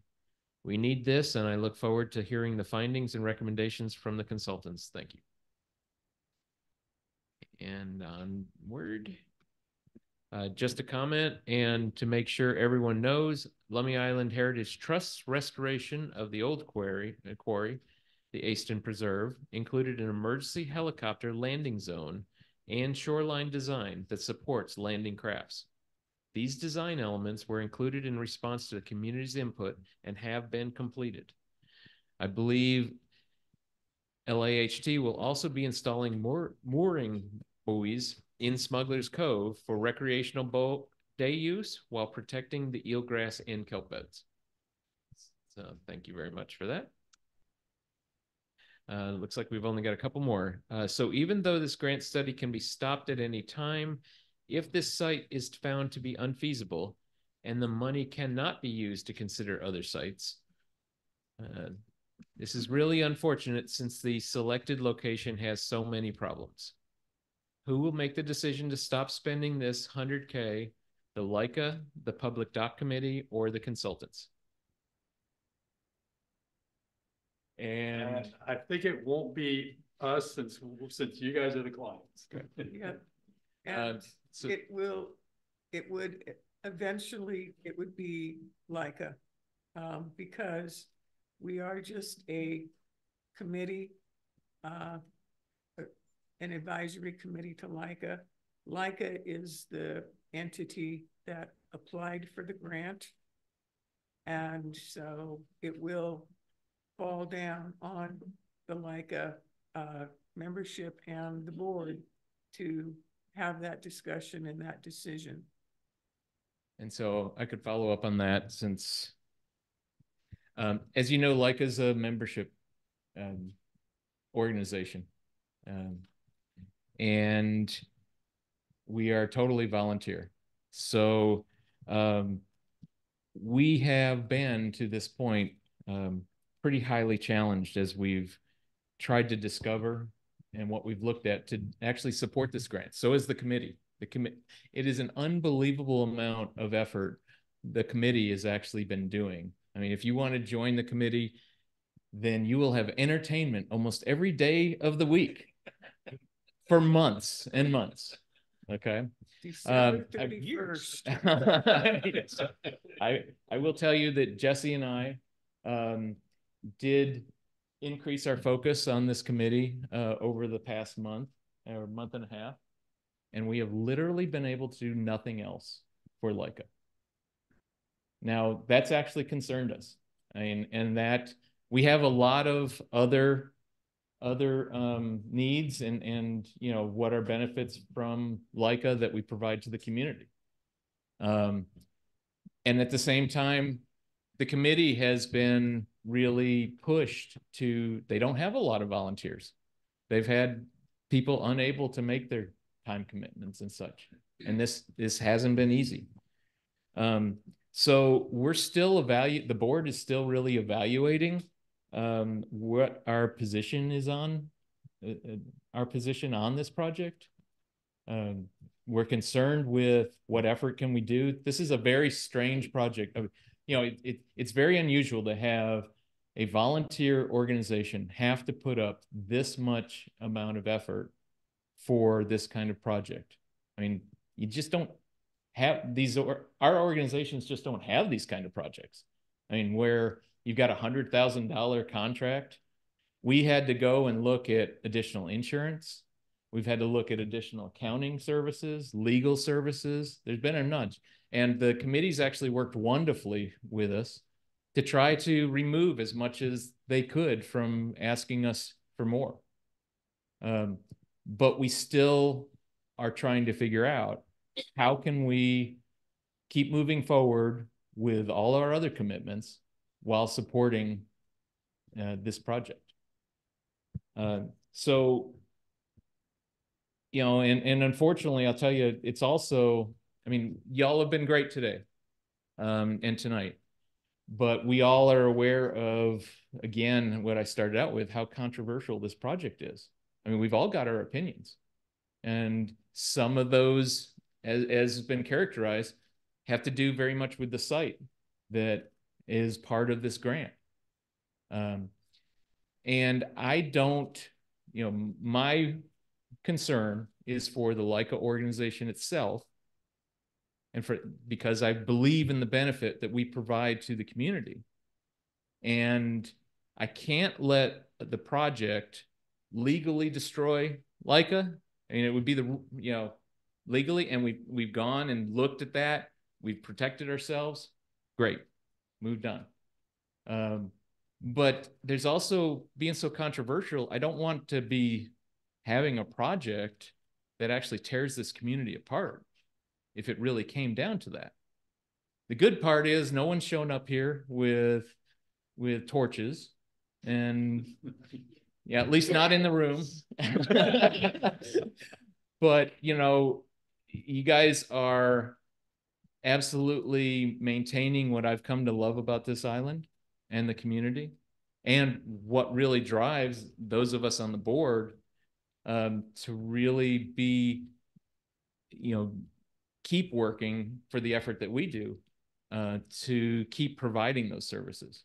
So, you know, if the thing I can say is that if the best thing to do is people who want to support having a public dock, please come forward into the committee. If you want to work with them to try to influence that that's not the site you want to work with, or you do like the site you work with, just work with them. Just come off of the sidelines and just give them a little bit of time, please. Yeah. I'd like to thank LICA. They've been great, and I appreciate your few words. However, I have a request. 8 o'clock for a Zoom meeting is not very suitable for most islanders to participate in. I think I'm probably the only one, well, just recently, that is bothered. I can't make tomorrow morning, but I should be there. 8 o'clock is not a good time for most islanders, and certainly on a Tuesday, and certainly not good for those people that have to work. Thank you. And sometimes it's better to get it over early so that people can go. And so the people that have been on the committee, we have set our own times. We used to meet on Sunday nights at the beginning. And it is hard to find. So we try to make a time that works for the members of the committee. And we can flex, but it's, you know, some of the committee members also work too. And by getting it out of the way in the morning, it's good. But, you know, we can, if there's enough people out there that would like to come and participate, we can talk about changing it. Sure. There's no, that's just what we've been doing. I'd like to make a comment. You have a mission statement behind you on the wall there, which I think speaks well for what you just said, which I think is very evident that this community has division within it now, whatever number, which is good in the sense that that's what democracy is about. It allows for it. One of the questions I had from the very beginning was, what is the decision-making process here, ultimately? Who decides what? And you're allowing for community input here tonight, which I think is great. But we also had a survey, which I don't think was island-wide, that you normally conduct a survey that would be mailed in to property owners to respond and have pros and cons, like an initiative. So the thought I had is, you're taking a lot of time, and I appreciate your comments very much, you just said. So a way to try to get a true reading on this entire island, if I can use that, because there are a lot of people that just don't want to take the time or don't want to confront people, don't want to lose friendships in the process. I understand that. So I think the process here tonight is good, but I think there needs to be a wider net cast, not too far in the future, so that you have a better understanding for what this community really wants, putting unity back and community. Thank you. Yeah. May I comment on that? Yeah, Mary. Yeah. One thing that we have included in our plan of work is we've hired the consultants to come up with a report and a recommendations list from listening to what we give them, you know, what the dock wants to look like. We want to know from you what you think would be good on a dock. So we did not come to this meeting with conceptual designs or anything like that. It's our dock, and we can decide what it is if we're going to have a dock. The goal with this entire thing is to get the data, answer the questions that people have asked, get the data. Once the reports are all in, it is the intention of this community, and I have said this to LICA meetings and stuff like that, because I believe that the community needs to be asked the final question, and that will be, given the data, these are the advantages of this site. This site won't work. If it turns out that it is feasible and there are ways to do it, the final step in this grant process will be to do a survey or a vote of all property owners on the island. We will take the committee, the tax rolls, and get addresses from the assessor for off-island owners. And we will then, and even on-island owners, but then we will send out a written survey where people can look to find the info and the answers. And then we will ask, do we wish to continue this process? Because it is vitally important. We don't want to jam something down people's throats. That's not, you know, and so looking at the benefits, looking at the things, the ultimate direction that we go will be what that survey at the very end says. Do we have 15% of the people that are for it? Do we have 0 people that are for it? Do we have, you know, 75% for, you know, but we are committed to do that, to answer that question. But we had planned to do that at the end of the survey, because at the end of the project, because we want to take that information. And the huge thing is that in order to partner with Park and Recs on this, the other question they asked is, what is the community interest in making this happen? So that is what our final step of this survey will be, of this project will be. We don't need to hire a consultant to do that, but we need to gather the data. And so that's what I will promise to the community. Dave, I think you had Dave Parker actually remotely raised his hand. Yeah, I would just like to respond to what Mary just said. I'm a natural scientist by training, not a social scientist, but I have worked with social scientists. I know a lot of them, and I know how they work. And a properly conducted public opinion poll or survey is something that I couldn't do it. And I'm not sure there's anybody on the island who could do it. So when Mary says, oh, we won't hire a consultant, I'm going to say, no, I think you need to do it. You either need to find somebody who has experience and expertise in public opinion surveys, knows how to properly frame the questions, and not wing it in a, I don't want to say amateurish fashion, but I guess that's kind of what I'm getting at. I just think we need to know our limitations in terms of how to do a survey properly when the time comes. And if there, whatever it takes, if KPFF is not contracted to do that as part of the study, then we should find ways to find somebody who can do it. Good point. Thank you. We got a question here.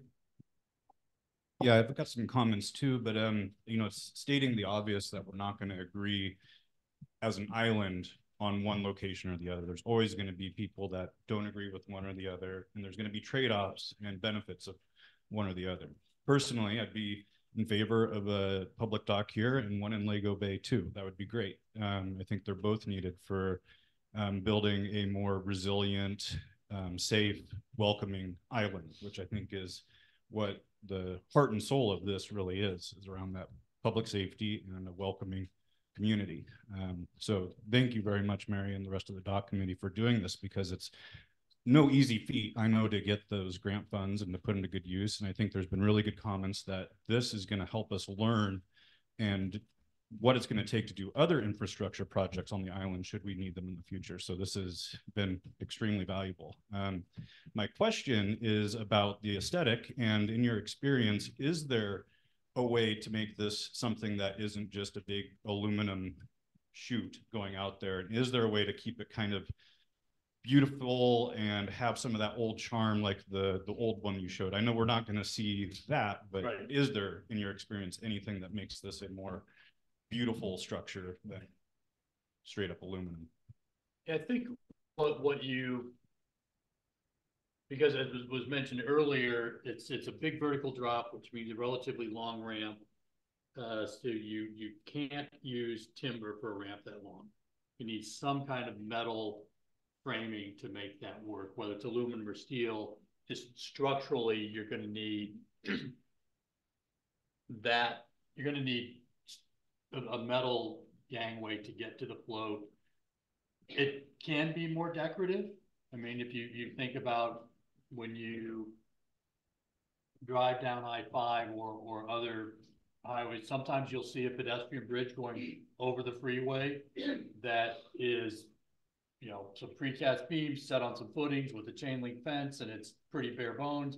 Other times, cities or regions have decided to put up more of a gateway kind of bridge, and it's very ornate and welcoming, much more attractive. Those cost a lot more. And so that's part of what we would have to look at. It is possible to make the gangway more attractive. You can fit it out. You can use wood elements to give it a softer appearance. You can incorporate artwork into it. You can do, metalworking that is architectural and structural at the same time. All of these are things that can be added. So we could soften it up, make it more of a, you want to spend enough money, it could be an attraction unto itself. But it's not easy, and it does add to the cost. Is the initial thought that it would be kind of a linear, which like it used to be, or is there a way to make it serpentine to get that drop that you need? I think that the gangway itself pretty much has to be straight, because it's hard to get anything that kind of does this to also do this. So the gangway itself kind of has to be linear. The elements of it, you can make this, the sides of it could be arches, they could be straight. And then the float that it lands on, there's things you can do to soften that up, but the gangway's kind of got to be straight. Thank you. And one thing that we have thought about when we've done some brainstorming is it is a big drop down from the top to the shore. But there's also, we had talked about the possibility of extending a pier out a ways, and then a ramp that would be more accessible, but still high enough that it would not be underwater or anything. Yeah. And then going out, because that's how they did it for ADA dock on Susha not too long ago. So that's another, I think, way that we thought about. Yeah, we haven't dug into we don't have a lot of detail on the bathymetry to figure out where exactly the tide line is. So that's part of the alternatives, is figuring that out. All right, we've got some more questions remotely if we're able. If pickup and drop off only, who will enforce those who overstay their limit? That'll have to get decided. Good question. Okay. The dock at Olga seems similar to what ours may look like. It is limited time, but not enough time to walk to lunch, but enough time to walk to lunch, but not enough to stay overnight. The signage specifies not for overnight use. So there's an example of, that's one way to manage it. Yeah. Hey guys, Dave Perry here again. I'm sorry. I'll try and turn on my video. I'm a big fan of the Olga dock. I've been there many times. I actually met a man they call the Wharfinger. I think that's what our Canadian friends would call it. He happens to live at the top of the ramp nearby, and he oversees the dock. He comes down. Olga, you can spend the night. You pay a fee. It's an honor system, but he's there to watch over things and kind of keep an eye on things. This is a tough question. I don't know how we actually enforce it, but I just wanted to share that as a means that other communities have done. Thank you.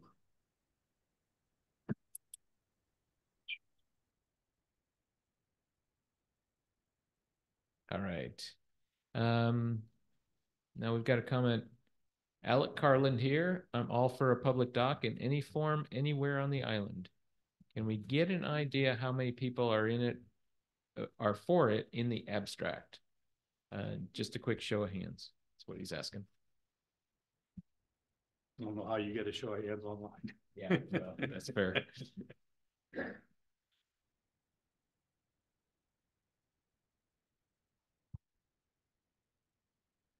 I think this thing's on. I've got one quick comment. Is this, this is but a gift. You know, here we are with $100,000 and we have a feasibility study, and we will learn and we will do the right thing when we have the results of that study. So it's hard to not support it. Why would we not? Decisions will be made later based on what we learned. So everybody can get behind that. It doesn't matter where you sit right now, if it's a bad idea or not. We can learn from this and spring forward, all at a much better point and a much better knowledge base to make a good decision. Everybody should have saltwater access, period, right? Anything we can do to enhance that has to be to the benefit of the island. Thank you.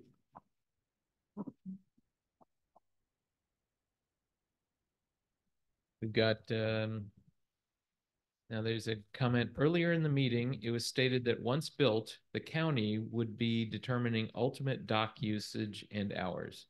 Would this be with our community input? If so, how and by whom? Probably just another thing we can't answer. Yeah, but if the community is supporting it, I don't know. I'm an optimist. I would hope they would listen to you, but that's a question for them. We have been working really hard to partner with Whatcom County Parks and Rec on this. So we have, and I think they would respect that. There's a comment in here. The committee membership should be open to those that are for and possibly against the dock. It cannot be presented in a lopsided manner to the rest of us. I know for a fact you guys are open to all the help you can get. And if we look, I mean, in order to keep this going forward, they need help. I mean, just off the realities of what I was saying, I mean, to take this forward, they have resources, they have needs, they need help. And no, to even keep working it. And so to spend the $100,000 where you have not kicked that off, it will not continue without additional help. And if that's the case, what additional help is needed? We need to quantify that. We could use people that are, you know, want to, well, what we really need right now is we need people that can do record keeping kinds of things. If we're really looking for somebody, because one of our really strong people, Lane, is going to be leaving the committee at the end of this year, not year, this month. And she has, Right, but we have also things that we are doing as a committee as well. But the consultants will continue to get paid. Yes. Irrespective of what you do? Yes or no? It's why would it be done? Well, recently we've been taking a lot of time typing up all of the comments that have come in, trying to deal with a lot of things to like prepare for this meeting, to get all of our, prior to Lane leaving, to have all of our documentation available, and we want to continue to keep info coming in. So we are keeping track of all of the comments that have been turned in via our LummyIsland.org. And it just, there's clerical stuff that we need help with. No, okay? it makes a lot of sense, but I have a question for the consultants then. What will prevent you from continuing this study? And you could perhaps produce a bullet list that's going to say you're going to need to pull the plug because that's, I guess, what I'm getting to. There's funding for the consultants, so they would tell us if they can't continue. Well, so we pay the consultants, okay? We only get paid when we turn in their receipts, and we have paid them first, and we turn in their receipts and then put those receipts up to the state to get paid back.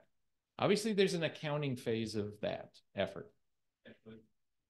These pieces of these records of keeping it public and keeping it open and keeping the minutes and all of the things that they have spent hours and hours and hours every week are absolutely required.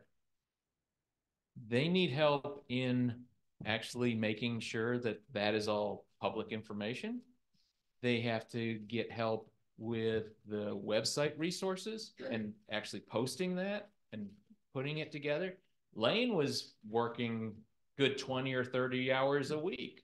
I mean, so there is a large amount of work behind the curtain, if you would, where we get, KPFF kind of gets the fun thing of coming out here in the public. Oh, okay, we are the consultants, and not to you guys have the easy job in some ways. I'm just listening to the comments. I don't have to actually, I'm not, yeah. Yeah. Well, this is nothing but ideas. Could we not add a line item to KPFF where they upload their outcome directly to the site? It's part of their task. So that we don't have. Yeah, as we went through on all of the negotiations of the statement of work, I mean, $104,000 was the total grant? Yeah. That's not a lot of money. Okay, so everything that the committee did, they had to look at what do we really need done? What's the minimal of what we can do? And then they also had to say, well, what can we do while it's not able to pay us back? We can't charge for it out of that, but we had to maximize the amount of value we could get out of the consultants. And so it really comes down to, unless this committee is supported with volunteers and with effort, it's answering its own feasibility study to hold the feasibility study. Yeah, it's kind of a sorry statement to the island to have this opportunity and to, let it fall apart. It's just, that is unfortunate if that's been the case. Clearly we reduce the scope a little bit, and maybe the consultants can, we need to get an outcome, right? There's $100,000 on the table. Why would we not? Yeah, no, and the consultants do report to us, and they are drafting a lot of the reports and a lot of the things that are part of what we're looking at. And that would be like way beyond the scope of the volunteers in this committee. This would not happen without consultants. And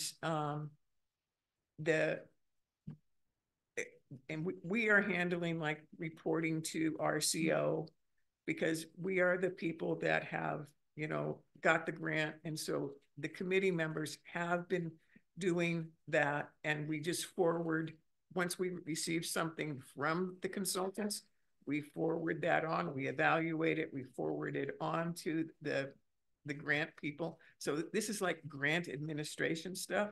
And I'll tell you, I was a sailing instructor and I was a substitute teacher in a lot of my life.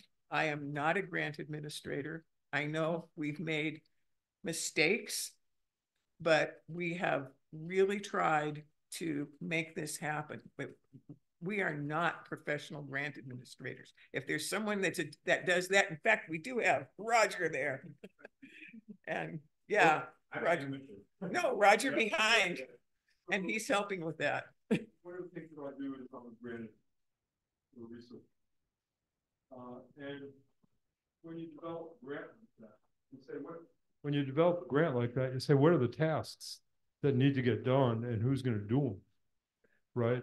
And there was no funding support in the budget to do the administrative support necessary to get this stuff done.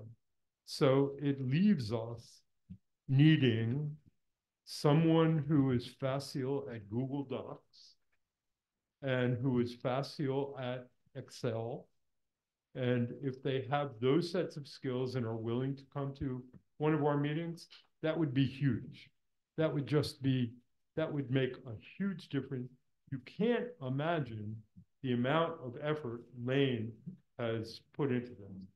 You know, I mean, she has probably put more effort by herself in compared to the entire sum total of time that the rest of us on the committee has spent. And we have to respond to that leaving in 3 weeks. So if there's anybody who has that skill set that wants to work with us, please reach out, even parts of it, to be able to do that. It's beyond, it's one thing to have the skills to do it, and it's another thing to have the time to do it, you know? So anyway, that's my comment. Yeah, I'd also add to that list, we were also short on website administrative and website development resources. So, and the other interesting part of this is that by the grant contract itself, we are unable to use any of that money to pay ourselves to do these services, right? I mean, so there's a very clear line in between that these guys have been doing a great job. And I would absolutely, I mean, every one of them on that committee. I mean, I got exhausted, Jesse and I got exhausted just trying to follow in their footsteps for a month. I mean, you know, because every day it is one or two calls. Every day. Yeah. I mean, holidays, Sundays, weekends, everything. And more complicated issues. Yeah. And we're not, and they're just at the beginning. So I would absolutely confidently say, we want this to, if we want this, if the community wants this to continue, then the community has to support them. That's what's the number one need. Where are we now? 10% or? What percentage are we at? Through the process? Yeah. We are probably, our final end date for turning everything in is December 31st. So we have now we're in the 3rd month, so 9 months more. How much money did we spend? Have we spent so far? Very little. Very little. We will have our first big billing, which will, and when we wrote our contracts, we had set a limit that we're trying to keep our money at about $15,000 a month to get through that. So, and we have set up a fund which we can, which we have borrowed money from Supportive Islanders, and we will pay the consultants from that. When the next money comes in, that will be next. It's just going to be rotating and rotating. So that's how we're doing it. We have spent right now at this point in time, I think about $700 and something out of that grant. It was for advertising for consultants and stuff like that. We expect our first big bills to start coming in from KPFF for the work that they've been doing for the month. Our actual hiring of the consultants took place on February the 1st. So that's where we're at. And we're working because of the constraints of the funding. And I'm on the board of a small nonprofit. We have the same issue with, to get the funding that you want in the grant, you have to spend the money first, submit invoices, and then you get paid back. And that it's a process. And you know, you guys doing this, that's my hats off to you for taking that on. But we are managing our effort to limit how much we do each month to stay within the available rotating fund that's been set up for the project. Yeah, KPFF has been extremely bending over backwards for us. Absolutely. All of our terms, all the protections that we had to put in over the holidays into the contract to just try to, you know, I wanted to make sure we had protections in there so that like the organization, we wouldn't get into trouble. Yep. And they have bent over backwards. They have understood and done things that I would have originally thought were a no-starter when we sent it back in the contract. So really, really appreciative and of what they've done and what they've been doing so far. Okay, we have just the comments have slowed down, but there are just a couple more just to, we have, okay, so there was a person in here who's mentioned they believe a survey regarding the dock desirability. Thank you. Tongue was tied. Must be accompanied with cost info, or it'll just be meaningless in their opinion. That actually points towards the strategy of not doing a survey until we have all of the details, all of the results, right? And that's one of the things we're looking for. We will have like costs for permitting, you know, who we need to get permits from, who blah, blah, blah. So that's why we have them. Yeah. So that's one of our deliverables is a cost estimate. And the cost estimate is not just how much does it take to build the dock, but how much does it take to design the dock? How much does it take to get the permits for the dock?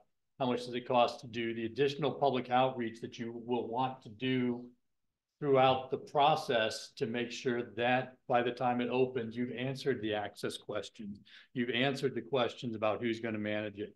You know, we've got it the right size. There's all of these things within the program of delivering an infrastructure project. So our cost estimate will be comprehensive to help you really understand the full picture of what it would take to move it forward, as well as the strategies on how to get the permits, what are the agencies you need to talk to, what's the best way to approach them, what data do you need when do you engage the tribes, how do you engage the tribes, how do we make sure that we get their buy-in.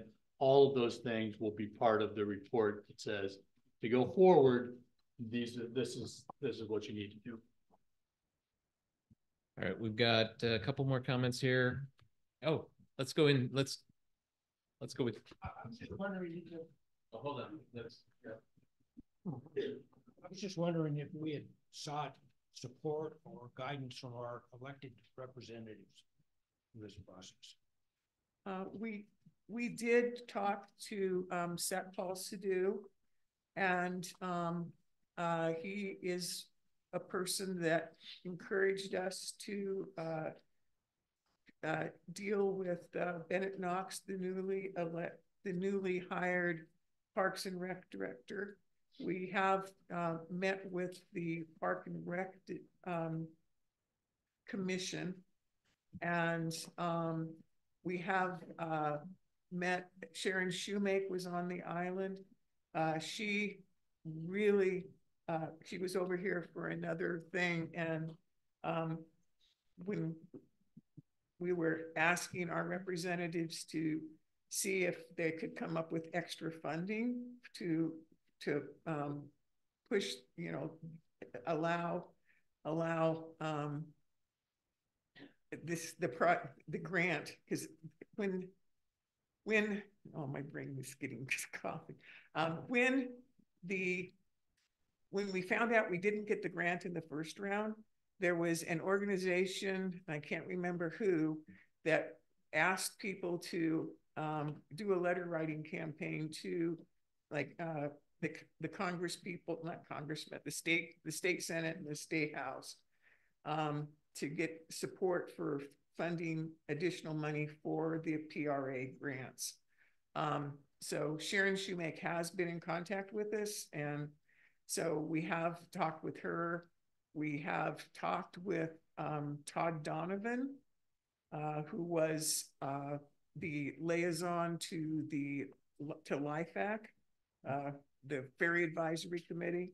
So we have talked with some of the council reps, and so we are trying to communicate, yes.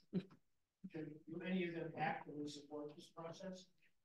Sharon Shoemake is 100% behind this. She says that a feasibility study is a wonderful place to begin a public community partnership. So she has actively said that she is really supportive of it. I got one idea, it's probably crazy. Ferndale School District, somewhere as either math or commerce departments, whatever they have within the school district, of which I'm not familiar. This has got project written all over it. Right? You've got some senior kids, maybe kids that live on the island. Anyone, these skills, spreadsheet skills, Google Sheets, it's their cup of tea, right? If this could be framed as a project and assigned a few students rotating to do all the data entry, capture everything, there'd be some young energy too. Yeah.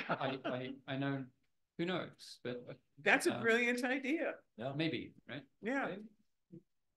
Bring on the regular team. All right, a few more here to finish up. There's a comment. I agree with Alan. Not sure which Alan, but not this Alan. Thresholds should be identified as to what would stop this before you move forward with spending this money on this site. They added that LICA should set these thresholds to make everyone feel more comfortable with this process. And I think the next one actually kind of goes into this as well from a different side. We have this grant to do this study. It cannot be used for anything else. So why would we do anything else except support this process for the consultants to conduct the study? It is just the first step. They are the experts. Let's let them do their job. If we need to hire a staff person to administer the grant and other administrative tasks, let's figure out how to do that. It's a lot of work for a volunteer. I don't agree unless someone volunteers to do this, it means the community doesn't support this. Let's get on with this, spend the money, and just do it. Unfortunately, if there were no volunteers doing this, we would not be doing it. If there were no volunteers, it wouldn't be feasible. Right. I mean, so we can't have our cake and eat it too, and just imagine that someone else is going to do all this hard work. From the LICA's board perspective, like I said, we're still we're concerned with the lack of resources. And it's a very concerning thing as to what that impact has on other services that we need to provide. And unfortunately, we're at the point of telling the committee that, you know, we don't have the resources to support you. We need to help you find those resources. And that's what needs to happen. And that'll be the discussion I have with the board tomorrow during the board meeting that we've got scheduled. But I don't know what we're going to say, come out of that. I mean, but I would say that LICA actually operates a lot with only a few volunteers. I love the fact y'all have all come out to this event. And this is we've actually had 58 people online, and counting a couple of us ourselves here, as well as a good number here, 42 of y'all in person. So that's an awesome participation from the island that we've had for a town hall. But we really need also for some of y'all to follow through and see if you can help us out with a little bit of time. I mean, our volunteers are just volunteers. We're not a heritage trust. We don't have salary folks. I mean, half the folks that we've got on the board, the major volunteers, also work. And so we need help. And we thank you for your donations and we thank you for your support. And we just want to keep providing services to the island. And I think this is a great case where you see the fact that this is a service to the island. Come volunteer, come help just a little. They'll appreciate anything you can do. I mean, they really will. And it doesn't matter which side of the conversation you're on. I mean, it's a community. Come together. You may convince them, they may convince you, at least a discussion will occur. All right. So that's actually the end of the comments online. You guys want to wrap up any final things? I've been talking a lot and, and it's scaring you with I've got one or two quick closing remarks, but I'm gonna let you guys wrap it up. So start thinking. So I just, appreciate all the input we got tonight. I read through a lot of the comments we saw, a lot of the discussions that were had before this evening, and this meeting was fantastic. I think the level of civility, I was listening to a podcast about civil discourse on the drive up here, and it's just coincidence. It's something that showed up, but it's been great. And I really, you guys, the island's ability to have different opinions, share them with each other and work through this. I don't do a lot of public meetings, but I've done some that have been far less pleasant than this. And so this was great. And I really appreciate the thoughtfulness that you all brought to the table. And we're looking forward to continuing to work as far as you want us to go. We're collecting data. We're going to put together some things. There's interest here. We have looked at the rest of the island. Maybe there's some other sites that could be looked at, but we appreciate working with all of you, particularly working with the members of the committee. Like I said, I'm a board member on a small nonprofit. That's a lot of work, and they're putting in a lot of work, but they've been really great. Really appreciate the support of Leica. And I love your slogan there, putting unity back in the community. So thank you for coming, and I'll leave the closing remarks to the committee. I just want to say thank you for showing up. Thanks for talking with us. Appreciate it. And I'm here to serve you. Let me know how. Yeah, and I appreciate everybody's kindness tonight, and I love my community because I know that people are kind and they will listen to each other. And I hope that we can continue to do this. Thank you. And I will.